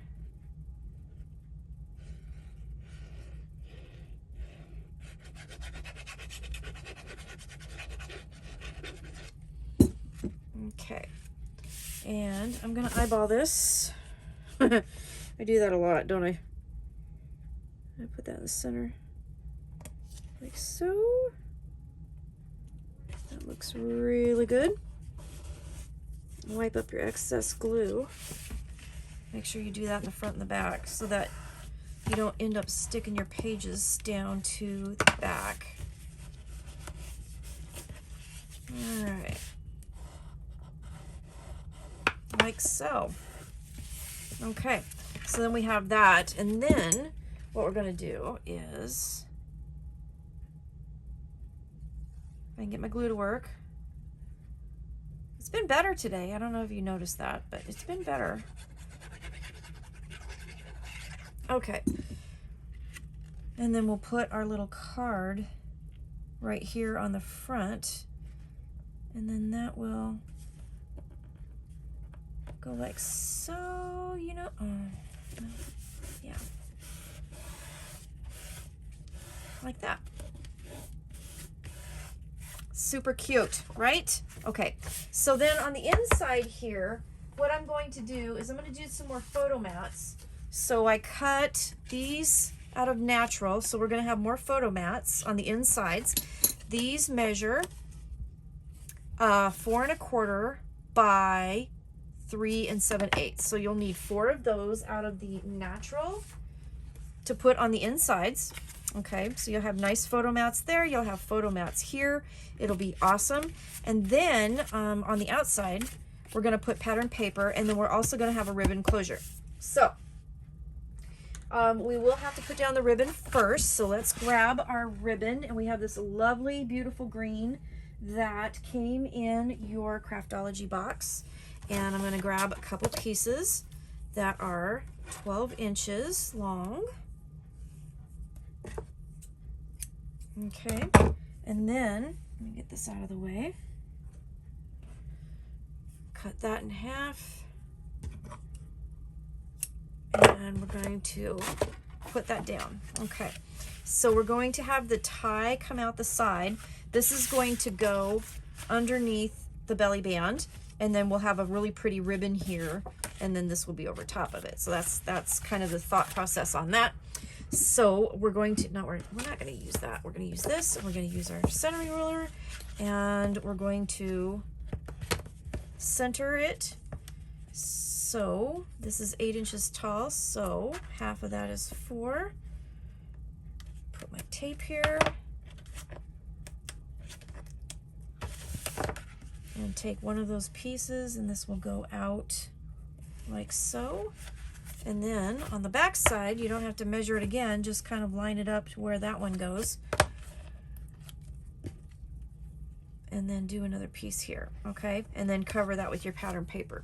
So I will do that, and I will add this and get the calendar, and I will be right back, and I'll show you what it looks like. Okay, guys, and I put this in the notes, so just make sure, because I messed up and I totally forgot to tell you, so that when you score the leaves for your fold out, you scored the 2 at 4 1/2. You also need to score at 5/8. Okay, I totally messed that up, but we're gonna do that now. We haven't ruined anything. I'm putting the pattern paper on and realized I messed it up, so I'm telling you now. So when you score those 2 pieces that are 5 by 8 at 1/2, also score at 5/8, and I'm gonna put that ahead also. You know, so you already saw that I did kind of mess that up. But all I'm doing right now is I'm just adding an 1/8 inch score, and that's just going to help give us enough room to fold over our book. Okay, so I will finish this up and I'll come right back. Okay, before I finish this, I decided I needed to show you how to put this onto here, and the easy way that I decided to do it was to measure down 7/8 of an inch from the top and put like a little tick line with my pencil, and do the same from the bottom. So 7/8 of an inch up, and then put a little tick line, and then take my glue and then just kind of run it just under that and down like so.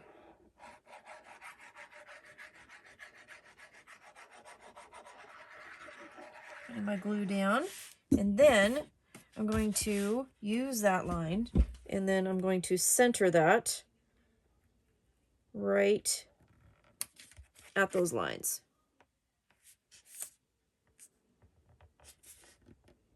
Okay, just like so. Okay.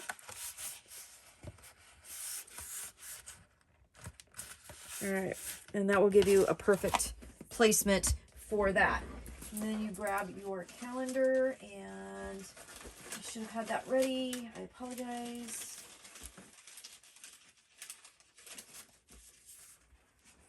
I'll put your March calendar in here, like so.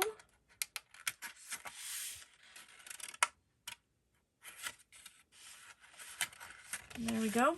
So you have your calendar in there, and then we have our little booklet, and it's tied with a pretty little bow. And remember, don't forget to add that 1/8 inch of a gusset on this thing so that you have enough room for pictures. When you open it up, then what I'm going to do is I'm going to decorate it, and I have a little bit of a wider space here so I can use one of the cut aparts to kind of go in the middle. And then you have your waterfall. All right, so that will just tuck right under here, and then when you tie it, you'll have this cute little bow here, but it'll also be a way to kind of pull that out as well, and be a nice little decoration for it as well. Okay, so that is the March page. Let's look at April now. You're gonna notice that this is a little bit different looking than the last pages that I did, and that's because I kind of messed up when I was doing them in the original recording. So we're gonna redo April page. So this is the April page. I do not have the strip because I did use it on the other book. I did fix the other book, but I'm gonna show you how to put it together properly. So if you're wondering why it doesn't look the same as, you know, what we've been working on, that's why. So what I did was I recreated another pocket page, and we're going to build this thing the way we need to build it. Okay, so you're going to need a couple pieces of paper here. We're going to need a piece that's 5 5/8 by 7, and we're going to need one of those. We're going to need 2 pieces that are 4 7/8 by 6 1/2, and then we're going to need 2 pieces that are 5 by 4 1/2. Now on the 5 by 4 1/2, so we'll start with the scoring here. We're going to put it in our scoreboard with the 4 1/2 at the top, and we're going to score it 1/2 inch, and you're going to do both of them the same way. So these are going to be our small flaps. And then on the 2 larger pages, the 4 7/8 by 6 1/2, you're going to put them with the 4 7/8 at the top, and you're going to score at 1/2 inch. Both of these scored exactly the same. These are our larger flaps. And then you're going to have another page flap, and this one is going to be 5 5/8 by 7. And the 5 5/8 at the top, you're going to score at 1/2, and then you're going to score at 5/8. That's going to give us a little 1/8 inch gusset to go over the rest of the flaps. So let me show you how to put this together. And you will need a couple of magnets to kind of close everything.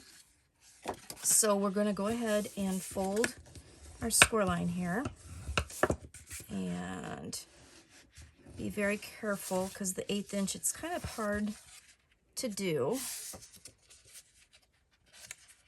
but that'll give you just a little bit extra room to put over the 2 flaps that we're going to put down, and then all the pattern paper that will go on top of it. When I'm done showing you how to put this together, then I'm going to show you what the final product actually looks like so that you will see that. Okay, so we have our paper, and it has the 1/8 inch gusset here, so we got that first one done. We'll fold and burnish these. Then you're going to need to miter the corners on these 2. You don't really have to on any of the other ones because they will be covered, excuse me, with pattern paper, but these will be going toward, you know, to the edge of the page.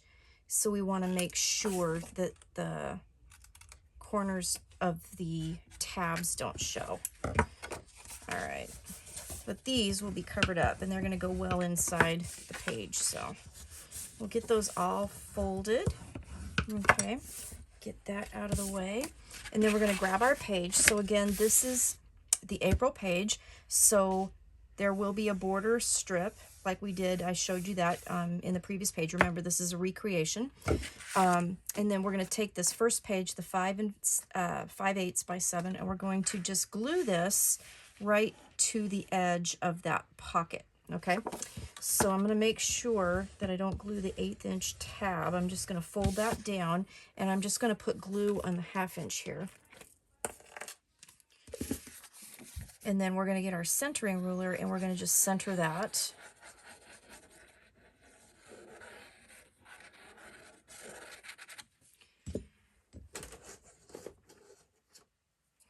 So we'll go like this. Yeah, I was trying to figure out how I was going to do this because I had already made the page and I had fixed what I needed to fix. So I just decided that making a whole brand new page would be the best thing to do, and then I'll just kind of insert this into the video. All right, so I just centered that, glue that down.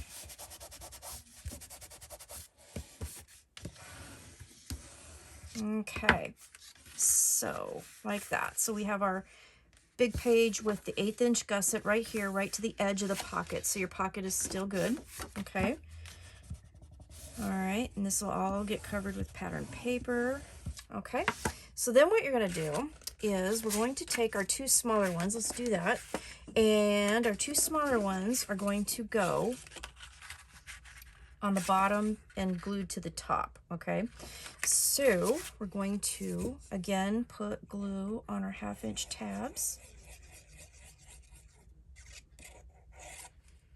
And then use our centering ruler and make sure that we're just centering on the pocket, not the whole entire page. We're just on the pocket on top of the base page. And these should line up about 2.5 inches from the center, just like so. Make sure, wipe up your excess glue there. Okay. So we'll have one at the bottom, one at the top. So let's go ahead and turn that around because that's easier for me to see. And I'm centering right just on the accordion pocket that's on top of the base page there. If you line it up to the whole base page, you're going to be off and it won't be centered. Okay. Oops, I am spitting glue everywhere too. Okay. And then I'm just going to line that up like so. And they will not go to the center, and that's okay. That's what you want.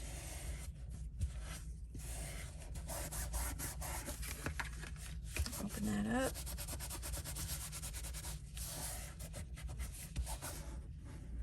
Okay. So then this one is called a reverse gatefold, and the reason why is because the attachment is actually going to go to the middle of the page so that when we open it up, it will open like this and then like this. And so what you're going to do is open this up. The first thing we're going to do is kind of dry fit it just to make sure that we've got it cut right.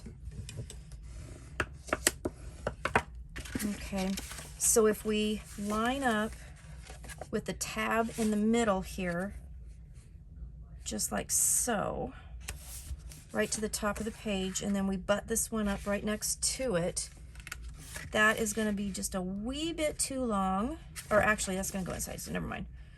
What am I thinking? I don't know. So that's actually going to work. Okay, so it looks like we got it. So we're just basically going to line it up to the bottom edge and to the side edge of the pocket, okay? And it appears that I might need to trim a little off the width just to make sure, because I want to make sure my page turns, and then I want to make sure that that doesn't impede. It looks like I'm just going to have to take a little sliver off, so I'm going to go ahead and do that real quick. And move everything out of my way, because I didn't quite... I'm just taking off a little bitty bit. Let's see if that works. Because I want to make sure it fits in between both of these areas, and that looks like that's going to work out really good. Okay, so I'm just taking off just a little hair sliver. There we go.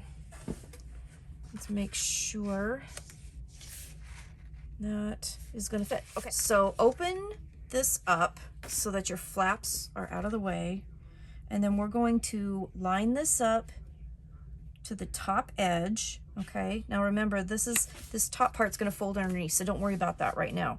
Okay, and then I'm going to dry fit it again just to make sure that I'm good, and it looks like I am. Okay, so then what you're going to do is grab your flap, and we're going to put glue on it.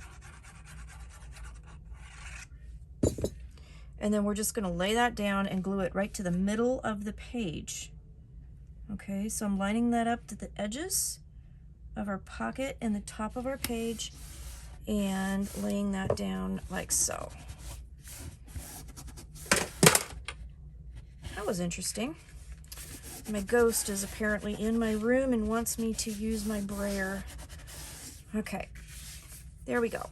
All right, so I'm gonna just make sure that's folded down. So then what this is gonna do is, so here's the page. The small flap folds to the inside, this flap folds up, and then this flap will fold completely over the top of it. Okay, so we're gonna just take this second one and do the same thing, going the other direction.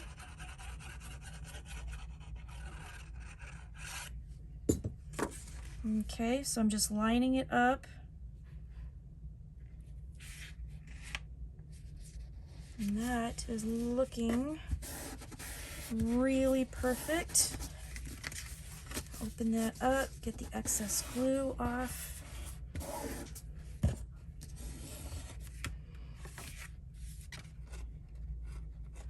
And like so. Now you can see why I'm calling it a reverse gatefold, because instead of folding out this way, they're going to fold in towards the middle, which is kind of a different little element. And then this will fold over the top like so. Now, to keep these closed, what I did, and I will show you with my other album, is this.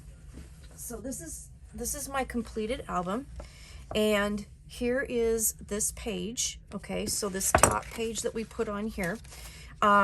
You're going to put your corners on here and then put your paper, your calendar paper, in the pocket so that you can take it out and you can go ahead and write on it. And then it also is part of the page, okay, and then this will open up. I put a photo mat here, and then you can see I've decorated it since, you know, I did the tutorial, and we're going to do a walkthrough on this, so don't worry about not seeing the rest of it right now. But I just decorated it with some of the cut parts, and I put a big photo mat here. And then these parts here open up like that. I used a photo mat here and the pattern paper, and then what I did was I did a magnet closure on the gatefolds here, okay? Because I didn't think putting a magnet on here was actually going to hold these down very well. So what I did was, this is free floating. This does not have a magnet on there. If you wanted to, you can add an extra magnet behind here to one of the pages up here, if you want to. But what I did was I put magnets right here, top and bottom, to go ahead and close that. So let me show you how that will work. And I'll just show you setting them, because this is, again, my do-over piece. So I'm going to take these off and use them for something else. But let's be honest here, right? I really, I don't know, I didn't do a very good job. What is going on here? Wow, that hasn't happened before. That's a positive and a negative, but they're not going together the way they're supposed to. That's interesting. That is very interesting. It's like they reversed this one. Okay, let's try this. Okay, that one works right. Interesting. They didn't put the correct sticker on that one. That's interesting. Okay, so never had that happen before. Okay, so I've got my two magnet pieces, positive and negative here. So what I did was I just set the reverse gatefold pages. And this page, once you get the papers on and you get the corners on and everything, it was heavy enough to hold it down. So I didn't think it was really necessary. So go ahead and set your magnet on the inside of your reverse fold, and then to the smaller one, like so, okay, on both sides. So you will need two magnets. Now, the other thing you can do, if you want, is you can use a ribbon closure on this that will hold everything down. So that's another option if you don't want to use a lot of magnets. And you can either I was thinking about this. Okay, so our magnets are set like that. So you could either put a ribbon underneath the back of this, underneath the photo mat, and then maybe tie a ribbon or put a ribbon here before you put these pieces down, and then tie your ribbon here. Or you could do top to bottom and then tie it like right in the middle if you wanted to, and that would hold the whole thing together. So however you want to do that is totally okay. I just chose, since I used the magnets on the other page and then I ended up having to try and fix it, I stuck with the magnet idea, but you could totally do, you know, however you want to do it. So anyway, that's the redo of the April page. And again, this is what the final page will look like. Okay. And I did put a little her tag and journaling card here too. So, and then all of these embellishments are done so that you could put a picture underneath. So, all right, so that's the redo of the April page. Let's go on to May. All right, so May is a stacked page kind of assembly. And what we're going to do with this is we're going to have a few pieces of paper here. We're going to have 2 pieces. These are the small stacked pages. They're 4.5 by 6. And you'll need 2 of those, and you're going to take your bone folder and you're going to score at 1/2 inch on the 4.5 inch line. And then May, you're going to need 2 pieces that are 5.5 by 7. Of course, this is May. We're still working on the May page. I'm getting tired. Okay, so in the 5.5 at the top, score at 1/2 inch. So you have 2 of those. And then we have a pocket. That's going to be 3.5 by 7.5. And what you're going to do is actually the 7.5, you're going to nudge it over a little bit and subtract like a 1/16 of an inch. So you're going to just cut just a hair off of the 7.5. And you're going to score at 1/2, turn it, 1/2, turn it, 1/2. So it'll be just a 1/16 of an inch shy of 1/2 or 7.5 inches. Okay. So once we do all that, let's go ahead and create our pocket.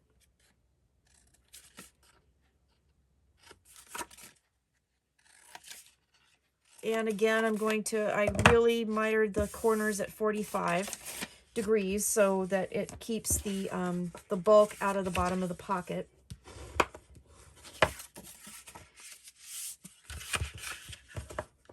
Like so. Okay, miter, fold and burnish. And this one we're going to fold and burnish. Now you don't necessarily have to miter these because they're not as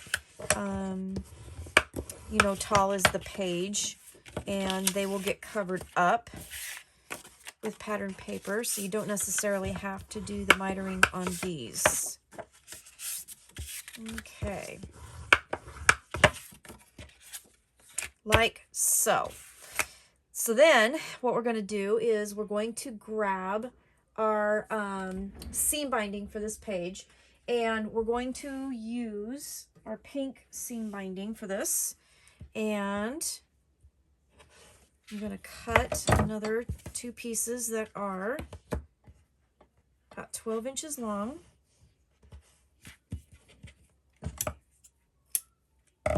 Like so. Add your seam binding to the right side of your book. So about 4 3/8 inch in.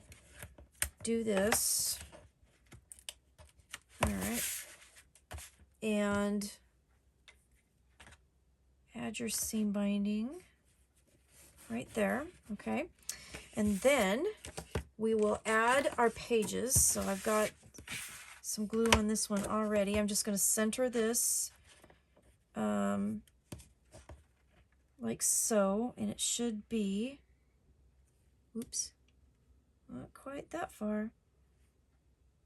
So 4 3/8 from the center, and then this should line up at 3.5 from the center. All right. So we're adding our pages first, and these are stacked pages. So, and you know what? I fibbed. You are going to need to miter these. So yeah, let's miter these. I fibbed. The first one down doesn't matter. The second one down does. So let's just miter them all. So I apologize for that. Again, I'm trying to get this done and I'm talking and getting ahead of myself. I should, ah! Okay.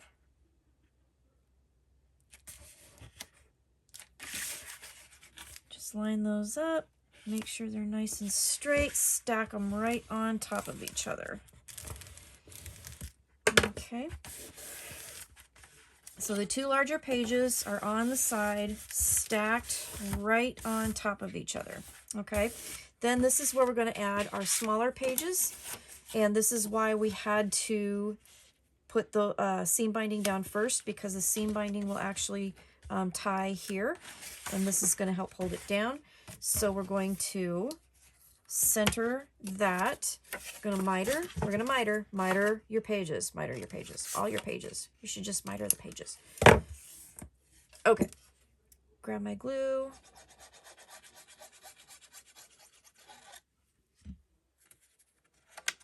Getting glue all over myself. Okay. So I'm going to go right in the middle here. And this one should line up at about 3 inches from the center. Okay.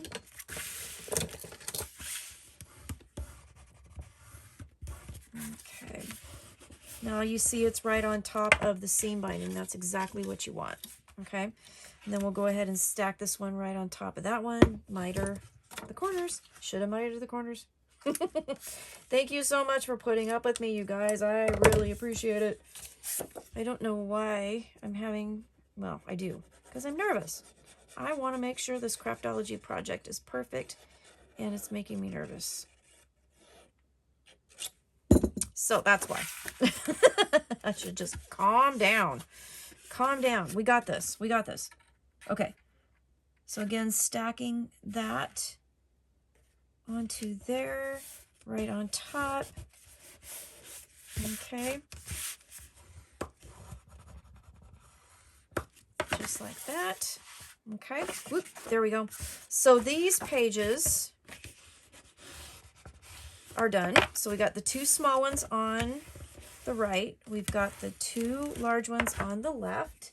And then what we're going to do is we're going to add our pocket right to the inside.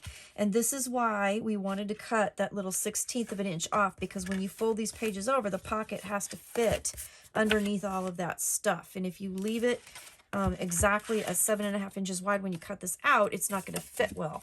So once you cut it and, you know, fold the sides and burnish it, dry fit it before you glue it down, just to make sure everything's going to work. Trust me on this one.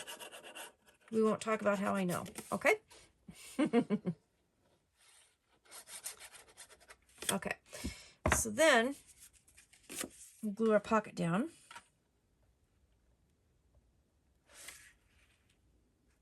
Like so. So our pocket is underneath all of our pages. Making sure we got a good stick. Okay. All right. So we have our pages, so then they'll close alternately like that. Now, the seam binding closure is going to come out from behind here. So we're going to just open this up, and underneath the first page, what am I looking for? My score tape. So we've got 3.5 from the center, put our tape, and it's going to come from behind. Okay, so we'll do that. All right. Okay, so we have May's page base done. So we have our 2 big pages attached and our 2 small pages attached, and they'll open like so. And then you will have your pocket page in the back behind it. So they close alternately like this, and then it ties over to the side. So then the calendar goes on the front of this, and we're going to go ahead and put the photo corners on that now. So they're just going to attach directly to the page, and I need to make sure that I've got the right piece to glue down. So these are going to glue right to the top of the larger page in all four corners. Okay, just like so, and then the calendar will go in there.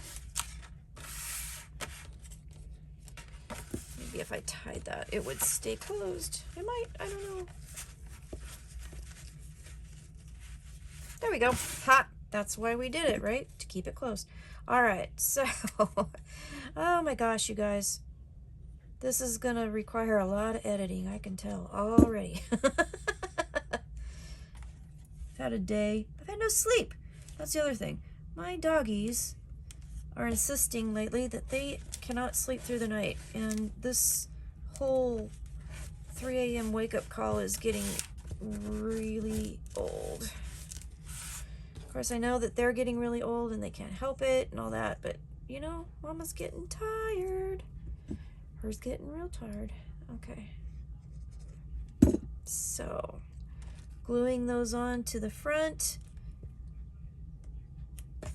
Okay, and then all that's left to do on this page is to add your pattern paper to it, and I will do that after I glue this last one down, and then I'll be back and I'll show you what it looks like, and then we're back. We're gonna do the June page.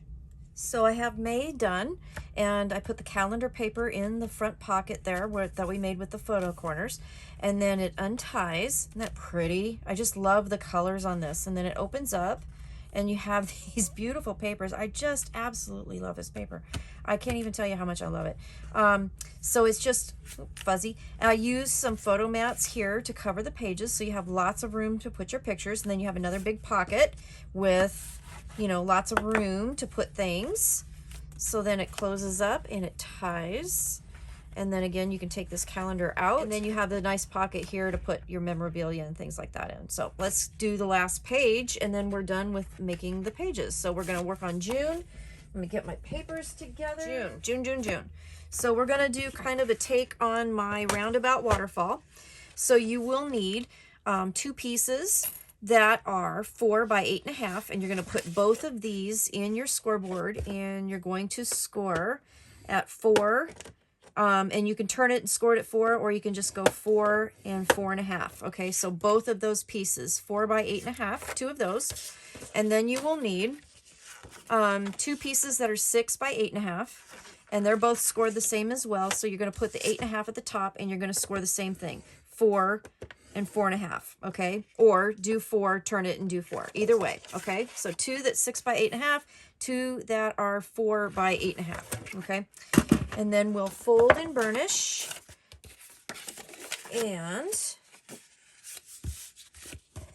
then we can put this together. Now we will need to cover the page with pattern paper before we do that, and then we're going to need a couple more magnets. So I don't know if you have noticed this or not, but every other page is different as far as closures. So some have magnets, some have ribbons. So like 3 have, or the seam binding, I should say. So 3 have seam binding, 3 have magnets. All right. Whoop. There we go, folding and burnishing. So if you saw one of my latest tutorials, I did what I called a roundabout waterfall. This is kind of a little different take on it, but works out pretty darn good. There we go. Okay, so we got those folded. So now let's grab our page, because we do definitely need to go ahead and cover this before we put our waterfalls on. So let me just make sure that I'm doing this the right way, because I don't want to throw you off. And I think we're going to do it like that. And I think this, yeah, that's going to do that. Okay, so we're going to put this beautiful, gorgeous paper down on the bottom. I've already made enough boo-boos on this tutorial that I'm going to have to edit out and fix and make sure that you guys got this right. So I don't want to do any more. I'm done. I'm done. All right. All right. So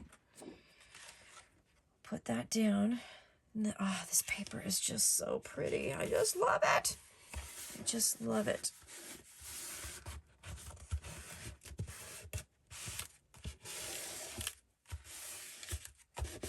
Okay.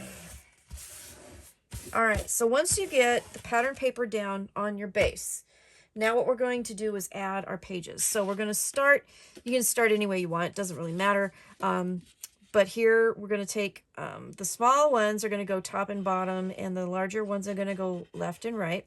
So we're going to put our glue on. We're going to grab our centering ruler, and we're just going to glue them to the page and center them. So let me see if I can get this right. And these will glue, and I'm going right to the edge of the page, okay? I'm ignoring, you know, the gap between the pattern paper and the cardstock on the base page. I'm just going right to the edge of the page. Okay, we'll do that to the top as well.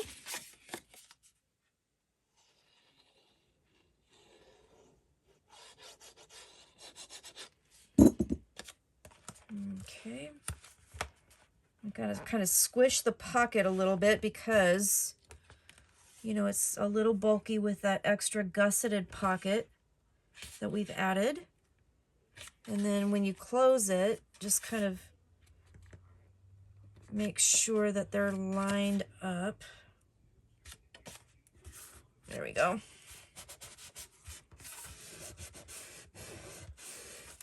Okay.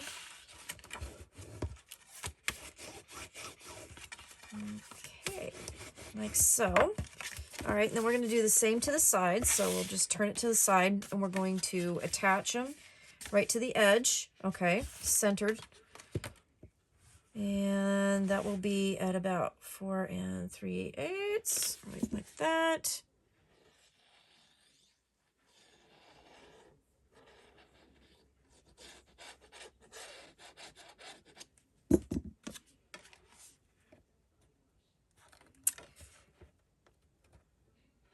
All right. And these are 6 inches tall, so they will line up at the 3-inch mark on other side of the center. Okay.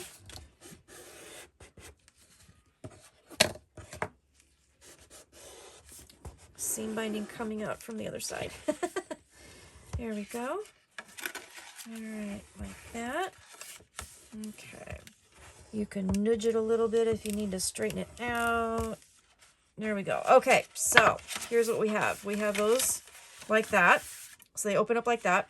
And then my idea for closing is that they close side, side, bottom, top, side, side, bottom, top.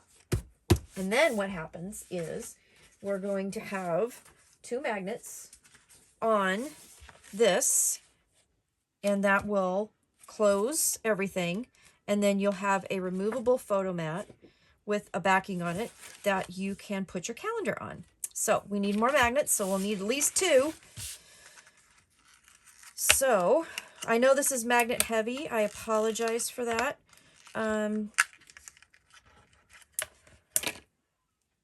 In some projects, I don't use any magnets. Sometimes I use like a bazillion of them. So, you know, it just kind of depends. So this is going to go, if you want to, put it on upside down, and you can kind of, you know, center it how you want it, and then you can kind of get an idea of where, you know, you want your magnets. So that looks like a good spot right there. That should work out just fine.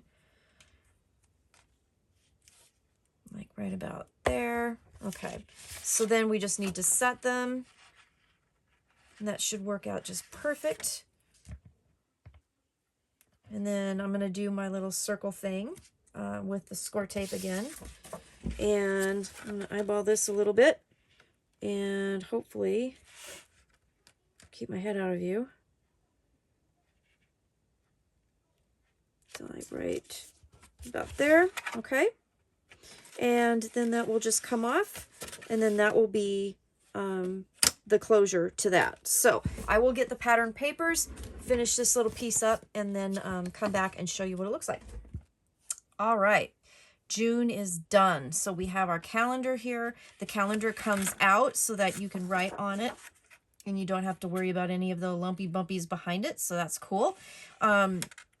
Then when you take the calendar off, it's held on by magnets, and that's what holds the whole thing together. So definitely pretty cool idea. And then that comes off. I did put a magnet on the back of this, so it's covered with pattern paper. You can, put another picture on here if you wanted to, in between the magnets if you wanted to make sure that it held really well, but that would hold a really nice picture right in the middle. So that worked out really cool. And then it opens up like so. I have lots of photo mat space in here. And again, I got to go in and decorate, but this is kind of the basic idea here. So it opens like that, and then like that, and then you have this nice big area underneath here as well with all the beautiful imagery of these pictures. I just love this paper. So then it closes right to left on the sides, and then the bottom and the top, and then it closes like that, and then the bottom and the top, and then this will adhere it shut with the magnets. So there's that. That's May and June. So we can put actually these in our binder now. Let's go ahead and do that real quick. So we're gonna start with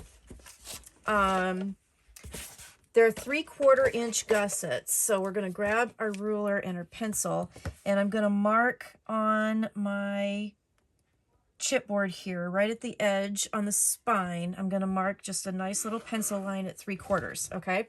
This is going to give us plenty of space in between everything because there's lots of big pockets, and there's going to be pockets on the front and the back as well. I made my pencil line, and then I'm just going to take that 3/4 inch gusset, or the 3/4 inch piece that is going to be adhering to the book. Put my glue on there. And then I'm just going to line it up.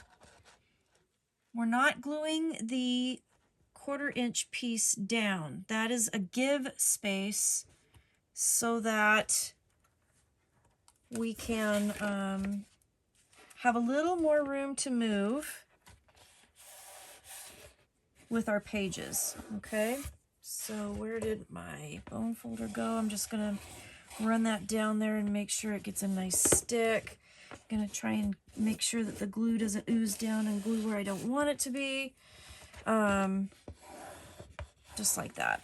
Okay, and I'm gonna take March and do the same thing. So I'm gonna fold it so the 1/4 inch is still sticking up. I'm only gonna put glue on this 3/4 inch piece here.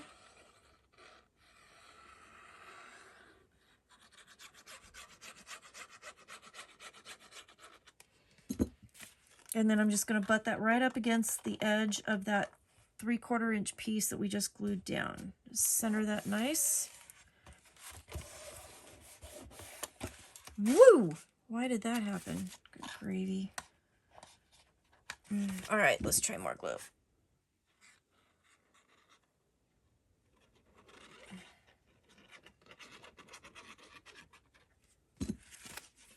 This is the first time that I have used 3/4 inch gussets, and for these really thick pages I can see that that's going to be, a really nice idea.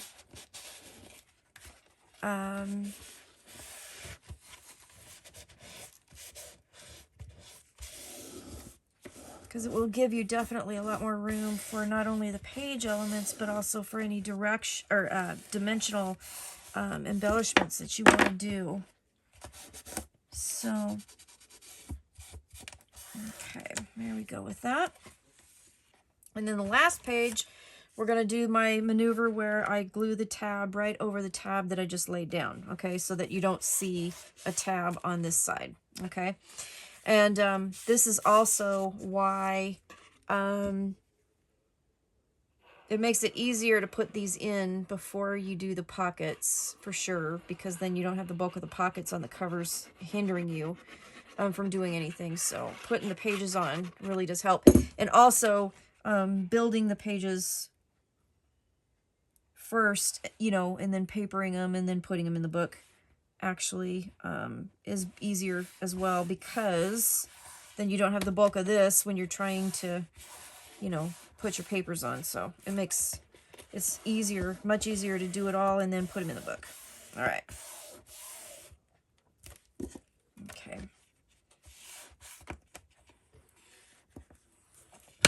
All right. So there it is. There's our book. Ta-da! So now what we need to do, if you look at it from the top, but you still have lots of room. It still can squish. I mean, it's amazing because it looks so big, but you still have tons of room to put things. So it's really cool. So now we got to work on the pockets, and we already built the pockets. We just need to put pattern paper on them. So one is going to go in the front of the book, and the other one is going to go in the back of the book. And I was trying to think of a way, you know, that I could kind of divide them up. So what I ended up thinking of was that I'm going to use January, February, March papers on one, and then I'm going to use April, May, June papers on the other. So here's what we're going to do. I'm going to just put the papers down, and I've got them all ready to go. And I'll show you. You don't need too many because it is a pocket. But, so here's my papers that I'm going to use, and then I'll show you what it's going to look like. And I will do this one too. So this one will be in the front of the book. So I will be back in just a minute after I put all the pattern paper on here. All right, so I did both of the pockets, and I just covered them on the fronts, and I used January, February, and then March papers to cover it that I had left over. And then I used a little bit of January and put a photo mat on the inside of the flap. And it has a 1/4 inch gusset, and it's a gusseted pocket. So we already made that. So it'll hold a lot of stuff. And then the ribbon closure just closes it. And then I just glued it to the inside cover. I didn't put like any pattern paper or anything down on the inside cover because this pocket's pretty much going to cover the whole darn thing. So I just left it as it is, and then just put your glue on the back.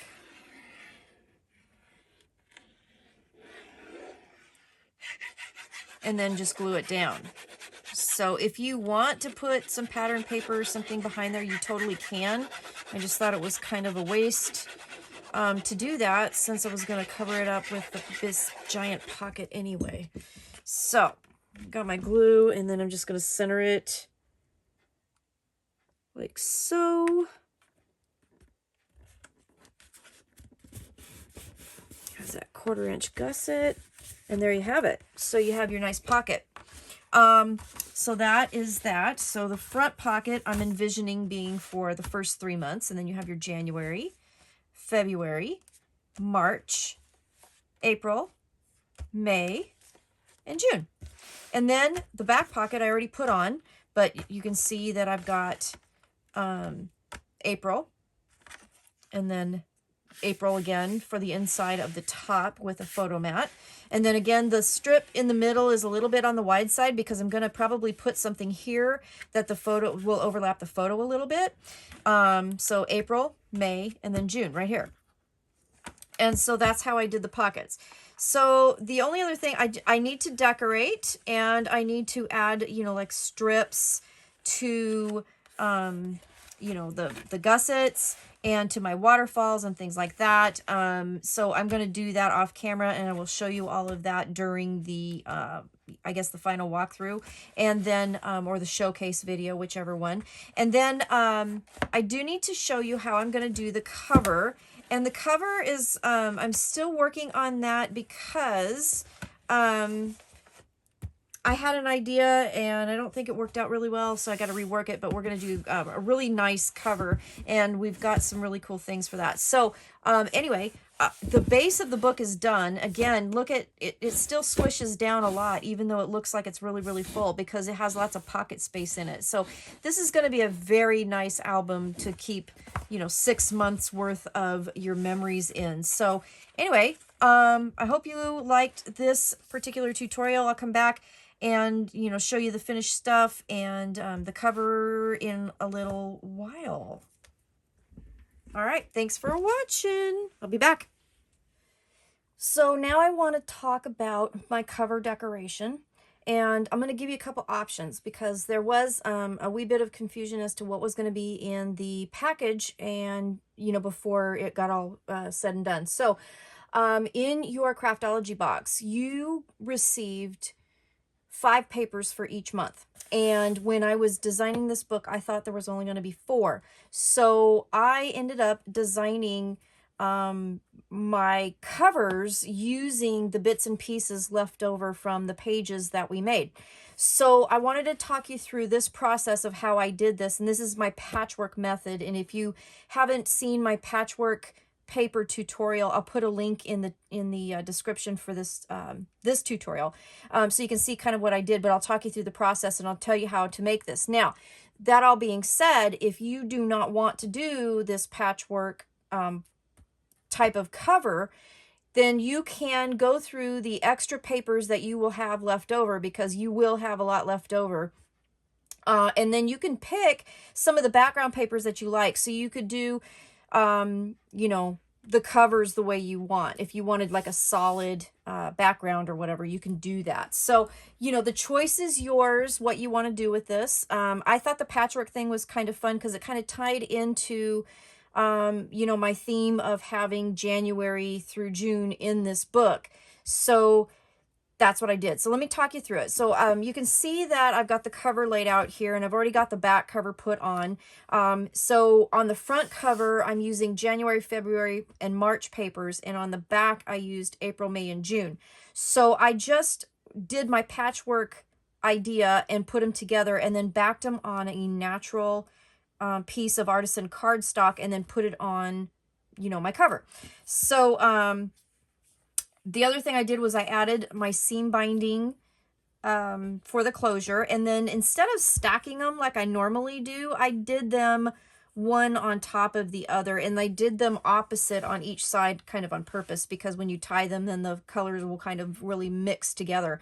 So what I did was I just centered and then added a piece of score tape above and below the center line, and then attached the seam binding to there. And then I always cut them at about 12 inches long.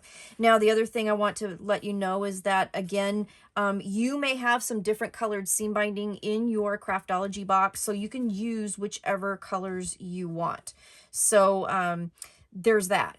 Now, for the spine, I wanted to kind of go through and kind of represent all the months. You can, again, do this solid if you wanted to, but I'll show you. Like, I had my pattern paper,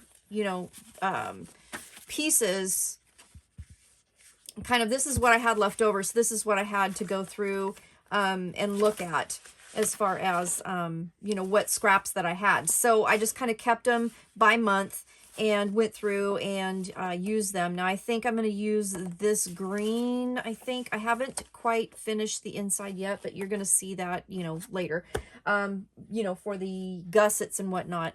But what I did was I just, did the strip of paper and then put score tape on it and then put the patchwork paper on here. So let's look at the spine. So I'll give you the measurements for the spine. So the natural cardstock is 2 3/4 by 8 3/4.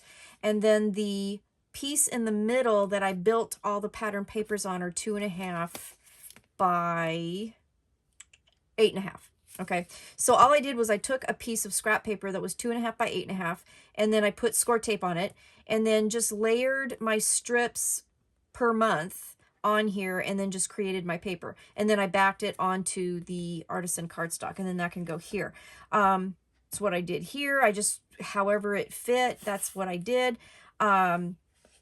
Now, the one thing I want to talk to you about the spine piece is that if you want to add a charm or anything like that, now's the time to do it, and you can add it to this piece. And I haven't really decided if I'm going to do that yet or not, because I will be going through my stash in order to do that. So there aren't any charm pieces or anything like that in your Craftology box, but that's the beauty of this. You can raid your stash and you can add to it if you want.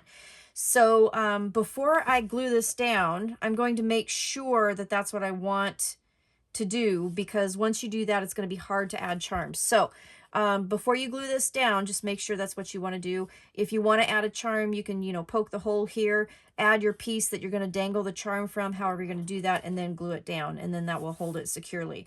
Because putting it through here isn't going to work too well because of the 3 pages. There is no real middle piece in here for you to, you know, poke a hole straight through. I hope that makes sense. And apparently I say that a lot because I had someone comment about that. But anyway, that's kind of my idea on that. So let's talk about the front cover here. And I just wanted to go through the process of the same one as I did for the back cover. So again, I found the center point. I put score tape above and below the halfway mark and then put my seam binding here. And then I got a piece of just white cardstock, 7 by 8.5, and I put score tape all over it. And then after I did that, I just layered my papers on here for January, right here, February and March, and then that is going to become, you know, my front cover. And then to back it, you'll need 2 pieces for front and back. You'll need 2 pieces that are 7 1/4 by 8 3/4. This is the Natural Artisan cardstock. So then you're just going to glue this down and then glue it on the cover. And then I'll show you what we're going to do for the actual title of the album. So I'm grabbing my art glitter glue here.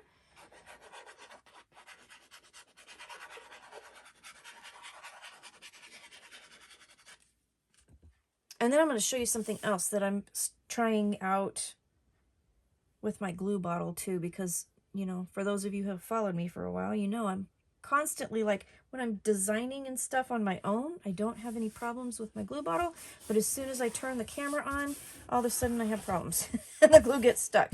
So I was kind of looking at some options online, and then I decided to make a DIY version of a glue bottle holder, and so far it seems to be working pretty good. All right, so this is the, let me grab my other scraper. I'll go from behind and just make sure that it's down. Okay, and then we're just going to glue this right to the cover. I'm going to put this to the side because I haven't decided about the charms. And again, like I said, the charm part will be from your stash. There is not a charm assembly in the Craftology box.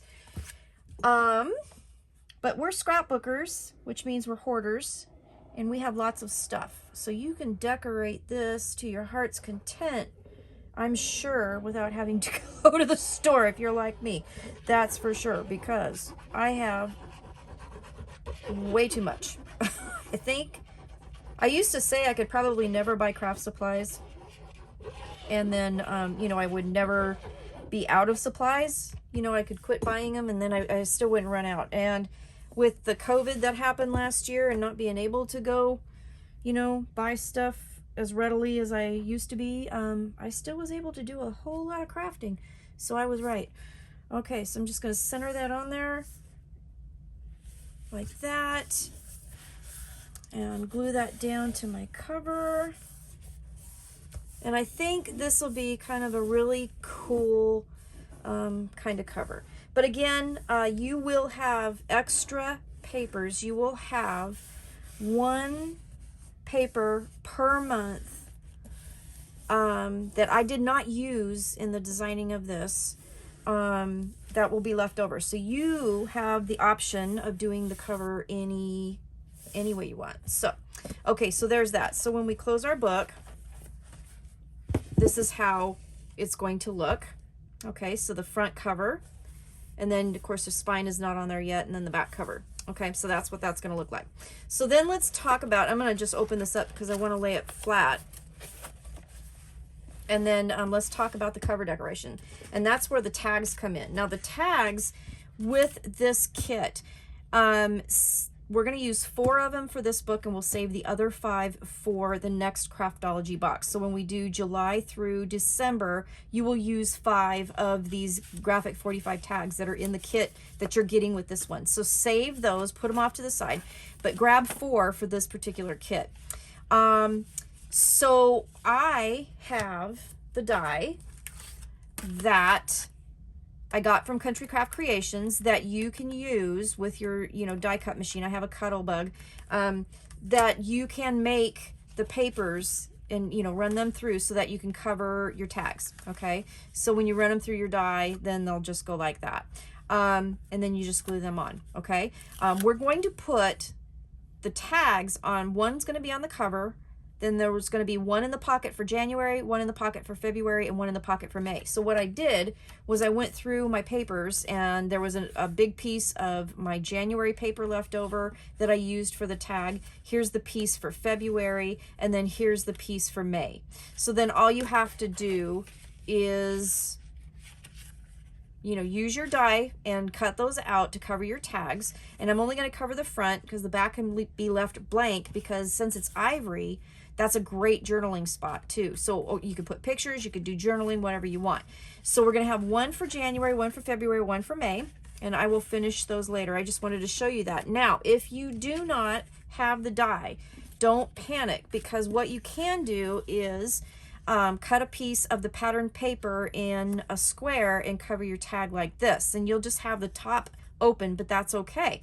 So you'll need to cut a piece of your pattern paper. I used this cardstock as an example at 4 3/8 by 4 1/8, and then just use your corner rounder. Now I have two different ones. I have my Craftology, and I also have this one that I use quite a bit. And so on my Craftology, it's the 1/4 inch side that I used to punch this cardstock to show you.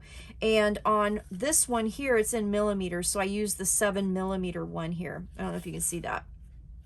So anyways, use a piece of practice paper if you have a different corner rounders than I do, and just, you know, punch a corner and then match it up and see which one works best for you, okay? So that's what you can do if you don't have this particular die. But I absolutely love this die. It's worked really, really well, and I just really liked it. So anyway, that's what you can do. So we've got the tags there for, again, the pockets for January, February, and May. And then on the cover, what we're going to do is I went ahead, and this is the cover decoration for my album. So in your Craftology box, you got this Cricut cut that says Our Year with the shadow backing on it.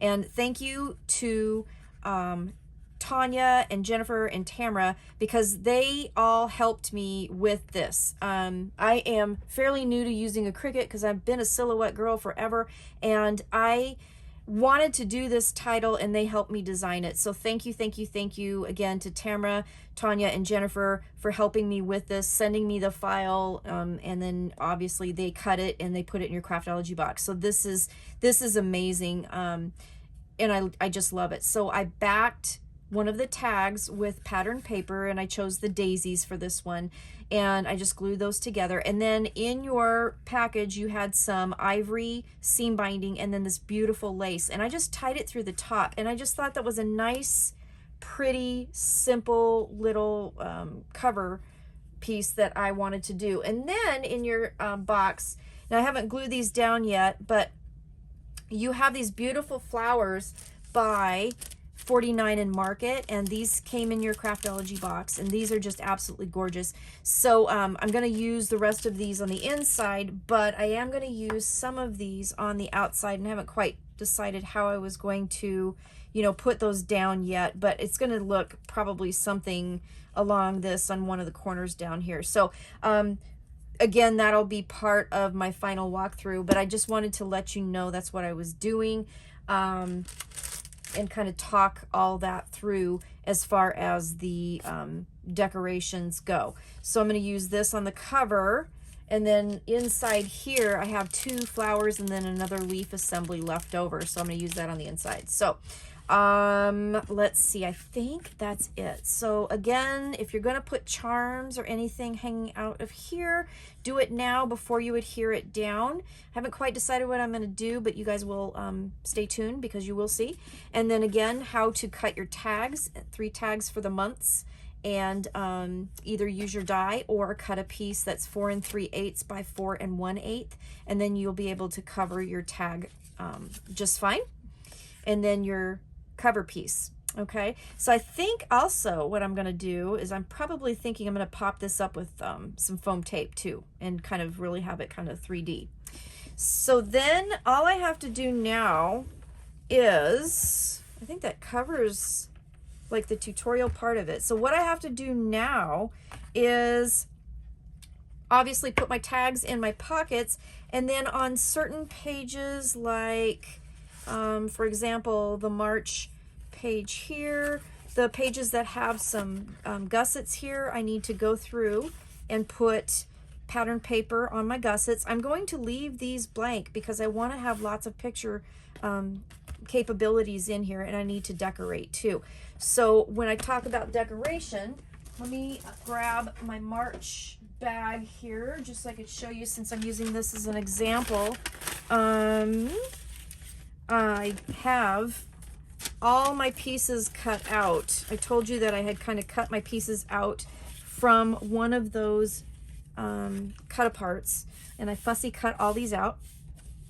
And then I'm just going to be putting these in different spots and gluing them down. Okay, so I'm going to, like, you know, I'm not sure if this is exactly how I'm going to do it, but I am going to put a cut apart in between the white space pictures that I have throughout my album. And I have, you know, little journaling cards that I'm going to find a place for. I have all kinds of stuff. There's little circles here that we talked about cutting out. Just beautiful, beautiful pieces of ephemera from the cut apart sheet that I'm going to be using. So, and then the other thing too, where did I put it? Hold on just a second. So the other thing that I wanted to talk about is that, I'm going to get this out of the way. So in your cut apart pieces, and again, I'm using the March one because that's what I have out right now. There's this great title here for the month, and I love it. I just love it. And I wanted to do something really special with this. And then also I wanted to do something special that you could add to your pockets here. So, you know, each month has a big pocket. I wanted to make sure that, you know, because this is going to be a year-long project, you know, like for next year to fill up, I wanted you to be able to have some journaling space as well as the picture space. So I have come up with a PDF that I'm going to have available for you. And what my thought was is that you take the PDF and print it out. And then I printed it out on some fairly thick paper. I think this is 28 pound paper on my printer. And I printed it out, and it just has simple lines for journaling. And I folded it in half, so it is 5.5 by 8.5. And then I'm going to make one. I'm going to print one for each month, and I'm going to fold it, glue it together, you know, or use double-sided tape, however you want to do this. And I'm going to use a label for each of the months. And then I have a journaling page that I can add to my book. So if there's a special thing that happened, you can write that down, you know, anything, your birthdays, retirement, whatever it is. So you have, you know, kind of a nice thing. The other nice thing too is that if you wanted to, you can print as many of these as you want. So it'll just be a one-page thing. So you can either print it double-sided and then cut it in half so that you have a front and a back and it's just a single side, or you can use it and fold it like I did here and make it even that much sturdier. You can cut it and put it on cardstock if you want, front and back, after you know, do all your journaling. But I just wanted to share that that's what I'm going to do. And then in the walkthrough, you'll be seeing this before, you know, we even get to this part. So you've already seen this, but anyway, that's my plan for that. So I think that's what I wanted to cover today. So I'm going to finish decorating, and I'm going to get this completed so that I can get all the pictures and everything out. And yeah, I'm going to go through my scraps. I'm going to figure out which papers I'm going to use for the gussets, and this book will be finished. So I really, really hope that you liked this project. I really loved making it. The next project will be July through December, and it will be in the October Craftology box. We are going to have the same covers and the same base pages, but the elements on the pages will be different. So we'll have all different interactions. So don't get too crazy and, you know, start making a second book waiting for your papers, because we're going to have all different elements with that one. So there you have it. I hope you have a really good day. Thank you so much for watching. This is my Craftology box project for August of 2021. This is an our year. This is the Remember the Time paper collection, exclusively at Country Craft Creations at countrycraftcreations.com. And this is an amazing line of papers. Now, when you go to the store and buy them, make sure you get the extra pack. You did get the extra papers in your Craftology box. So when you buy this, you'll get 4 pages for each month. And then there's a bonus pack that has an extra page for each of the months. So there you have it. I hope that you guys liked it and have a really awesome day, and I will be back soon with more tutorials. Thanks for watching. Bye.